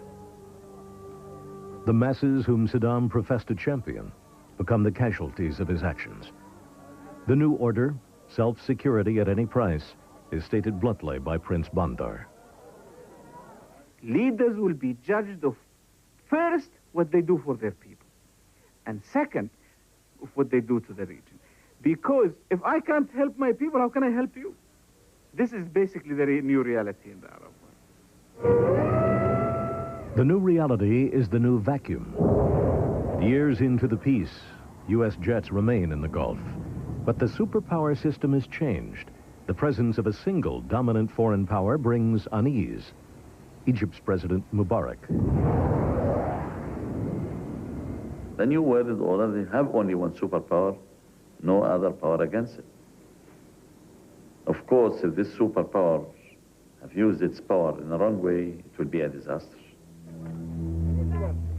The Arabs are back to seeking an Arab solution, not yet knowing what it is, but knowing there isn't much time. Palestinian commentator Rami Khouri. And in 10 years, when the Egyptians don't have water and food and jobs enough for their people, and they get on boats and invade Saudi Arabia, then what's the West going to do? 500,000 troops won't be enough. You'll have to send 4 or 5 million. The regimes like the Iraqi regime have no future in the Arab world. Saddam Hussein is a symptom and a consequence of modern Arab history. Individuals riding white horses, promising liberation and a return to dignity. He is a symptom of mass disenchantment, national fragmentation. The Arabs had not come out as victorious, not in a bloc, nor as individuals.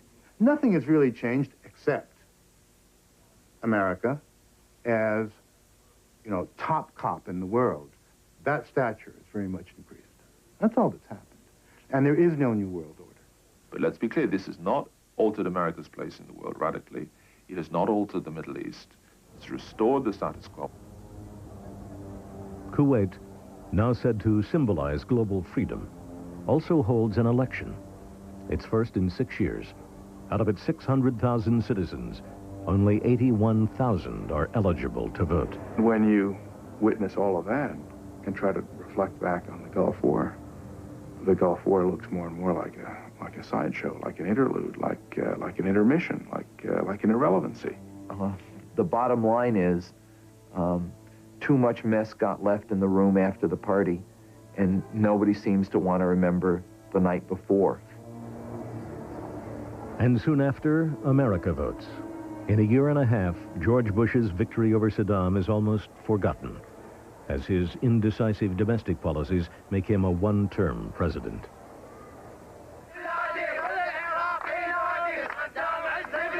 Baghdad, of course, sees his loss as a vindication.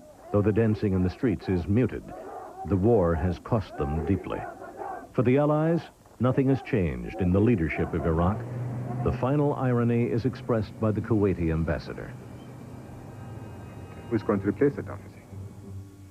Many people say, well, we cannot get worse than Saddam Hussein. But we've said that before.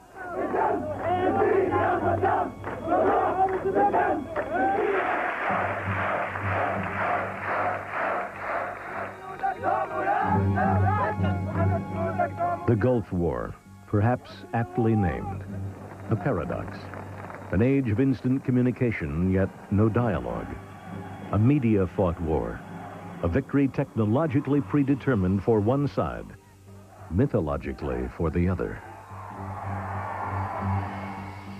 It became television theater with all the world as witness, and set the stage for a war of the 90s. The makings of it blurred. The speed of it, never to be forgotten. Since President Clinton has taken office, the Iraqi problem, or probably more accurately put, the Saddam problem, has not gone away. Clinton's most serious action was taken last summer when he sent cruise missiles crashing into a downtown Baghdad intelligence center. Ironically, it was in retaliation for a failed attempt on the life of former President Bush, an attempt said to have been plotted by the Iraqi government. Is there a permanent solution? Many feel an Iraq without a President Saddam Hussein would do the trick, but there are others who feel that could make matters even worse. Regardless, it's a certainty that Iraq will be a consistent contributor to the front pages for years to come. I'm Bill Curtis. Join us next time for another edition of Investigative Reports here on A&E.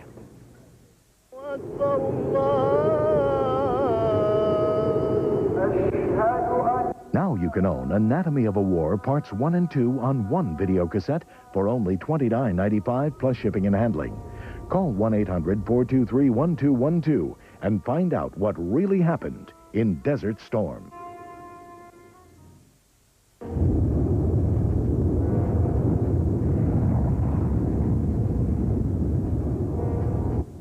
There was nothing like Hollywood in the 30s. Robert De Niro is the last tycoon tonight. And now, Bill Curtis looks at the landmark hostage crimes on American Justice, next on A&E.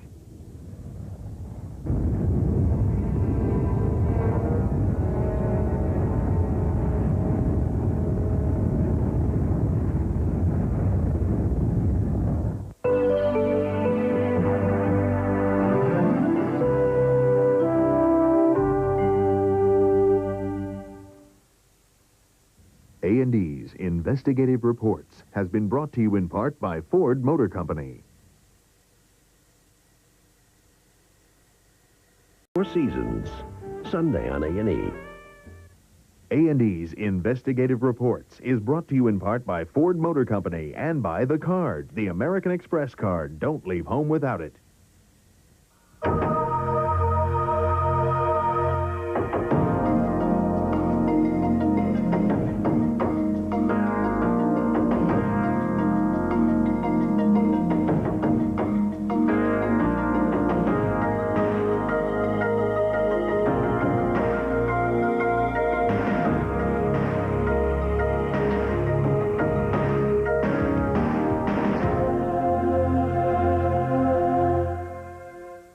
Hello, I'm Bill Curtis. In just a few short weeks in late August 1990, Saddam Hussein shocked a post-Cold War world. By ordering a lightning invasion of neighboring Kuwait, he put an end to hopes that international wars were a thing of the past. How could it have happened so fast? Were U.S. officials asleep at the switch? As we shall see, there was plenty of warning. White House officials, military commanders, and heads of state have now given investigative reports a remarkably candid insider's view of the onrushing events that climaxed with Operation Desert Storm. It's a profound story, especially when chronicled step by step as we look closely at Anatomy of a War. The Persian Gulf on fire. 40% of the world oil supply at risk. 500,000 U.S. troops rush to an alien desert arena. unprecedented ferocity. Awesome. Mesmerizing.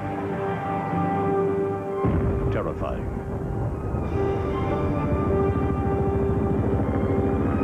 Effectively, a world war. 30 nations against one in a U.S.-led United Nations coalition. Anatomy of a war.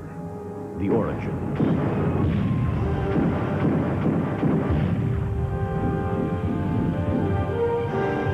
The Iran-Iraq War. It rages for 8 years, a measure of Saddam's fanaticism. He takes... Heard from our embassy in Kuwait that shots were being heard and some kind of war had just begun. Some kind of war. But what exactly? We didn't know whether you just had some isolated shooting, whether you had the Iraqis maybe moving a couple of meters into Kuwait. We had no idea of the extent of what was going on. Hours into the invasion, Saddam calls Jordan's King Hussein, requesting an Arab summit within 48 hours.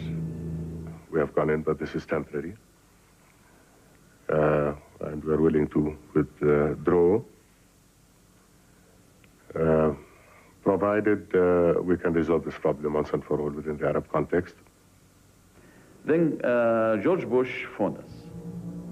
I told him, give us 24 hours or 48 hours. We may find a good solution. So the feeling was, okay, we'll give people their 48 hours. Quite honestly, there wasn't a lot we could do yet. You can't suddenly start up the American military machine as though you're flicking on a light switch. For a few crucial hours, both Bush and Saddam seem to wait for the other. Saddam is still not warned. Bush makes his first statement on the crisis, saying he won't discuss military options, but is not contemplating any. Then he leaves for Aspen, Colorado, to meet Britain's visiting Prime Minister Margaret Thatcher. She brings her senior advisor on foreign policy, Sir Charles Powell. There was an immediate meeting of minds. That's my firm recollection. What Saddam Hussein had done was totally unacceptable. It couldn't be allowed to stand, to use two of the phrases which they both used. Feeling betrayed, Bush and Margaret Thatcher do not wait on an Arab solution. They begin forging a coalition of nations built on their personal contacts. There we were, stuck in a very attractive ranch high up in the mountains in Colorado. A tiny staff of people trying to reach world leaders by telephone. It was a somewhat curious setup, but it worked very well. As they meet, Saddam's forces, never seriously warned, occupy Kuwait City and systematically... Then I asked him a direct question. What about the news that there are concentration of Iraqi forces on the Kuwaiti border? Is this right? And then he told me, oh, my friend, there's no problem there.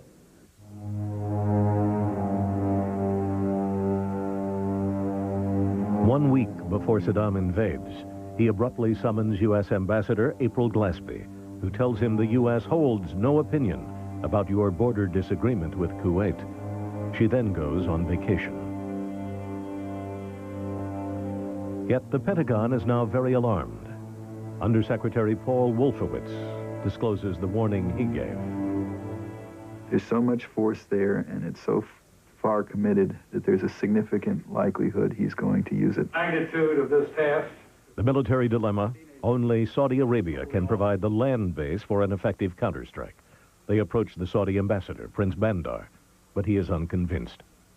And there was a sense that maybe the Americans are a little bit exaggerating it, so that they will then be asked to come in or establish, quote-unquote, presence in the region. The dilemma for Bush: Saudi cooperation is likely only if Saddam occupies Kuwait. As if sure of U.S. reaction, the Kuwaitis seem strangely unconcerned. The Kuwaitis still had the same position, that no, let's not exaggerate this. They had an answer that, well, if he wants to invade, let him invade. He will be pushed out. The invasion eve. Saddam visits the front. For 2 weeks, he has hesitated. How far to go? From Washington, silence, even after the CIA director warns of imminent invasion. We did so several hours before before the invasion occurred and predicted it within 12 to 24 hours. The warning is routed by National Security Council member Richard Haas to his chief, advisor Brent Scowcroft, dramatically. And he said, well, let's go see the president about it. And while the three of us were talking, the phone rang. We had just... Second. By this act, Saddam defies and mocks the major powers who have aided and armed him. What are we going to do? What's our position in such a bad situation? Really, I was in a mess from the people themselves. Mubarak also cannot forgive Saddam's betrayal. He invaded the country. There was no reason. He bluffed me, so I cannot support him if he gives me 100 billion. Bush summons his inner circle. A small group, they avoid dissent. Paul Wolfowitz recalls how the president guides them and surprises them. We have to discuss the options, but let's understand one thing, that what has happened is unacceptable. That seemed to kind of set a tone. The president, after all, was clearly quite a bit ahead of all the rest of us. At the first meeting, no firm decisions of any kind. There might not even be a crisis. At the second meeting, a day later, the crisis becomes all-consuming. I think everybody had a sense that we were wrestling with a absolutely extraordinary crisis. I mean, one of the major events of the decade. He did not ask for policy recommendations. He asked very searching questions, and in the end, he made his own judgments. With Kuwait's emir safe in Saudi Arabia, the urgency is Saudi oil, 20% of world reserves. In checking Saddam, Kuwait is a sacrificial pawn. If you go into Saudi Arabia, I think the whole focus would have been on Saudi Arabia rather than on Kuwait, and Kuwait would have been like a bargaining chip in the whole thing. And I was praying that night that he would stop there in Kuwait. We lacked the means to help Kuwait, even if the will were there. We had to have a place to put our troops, and until Saudi Arabia was involved, we did not have that capability. The American side was saying, ask us for help, then we'll tell you what we will do. Prince Ben, 500,000 casualties. But as it ends, so does the Cold War. Saddam senses a superpower vacuum. He begins to probe, pressing old border claims against Kuwait. Grievances understood at the CIA. He clearly wanted control of the oil fields that he felt were his, or where the oil was being stolen, in his view, by slant drilling from Kuwaitis in a disputed border area. He wanted access to the ocean through the islands that he claimed. If he had taken those, he could take those very quickly. The threats build. Only 2 months before he invades Kuwait, Saddam hosts the Arab League. He had fought Iran for all of them, he says. Now, with his own oil reserves, the second largest, squandered, he demands huge compensation. Egypt's president. He already taken over $60 billion from the Gulf countries during the Iran-Iraq war. And they were helping him a lot. It seemed as if it was a minefield, and people had to be wary of where they stepped.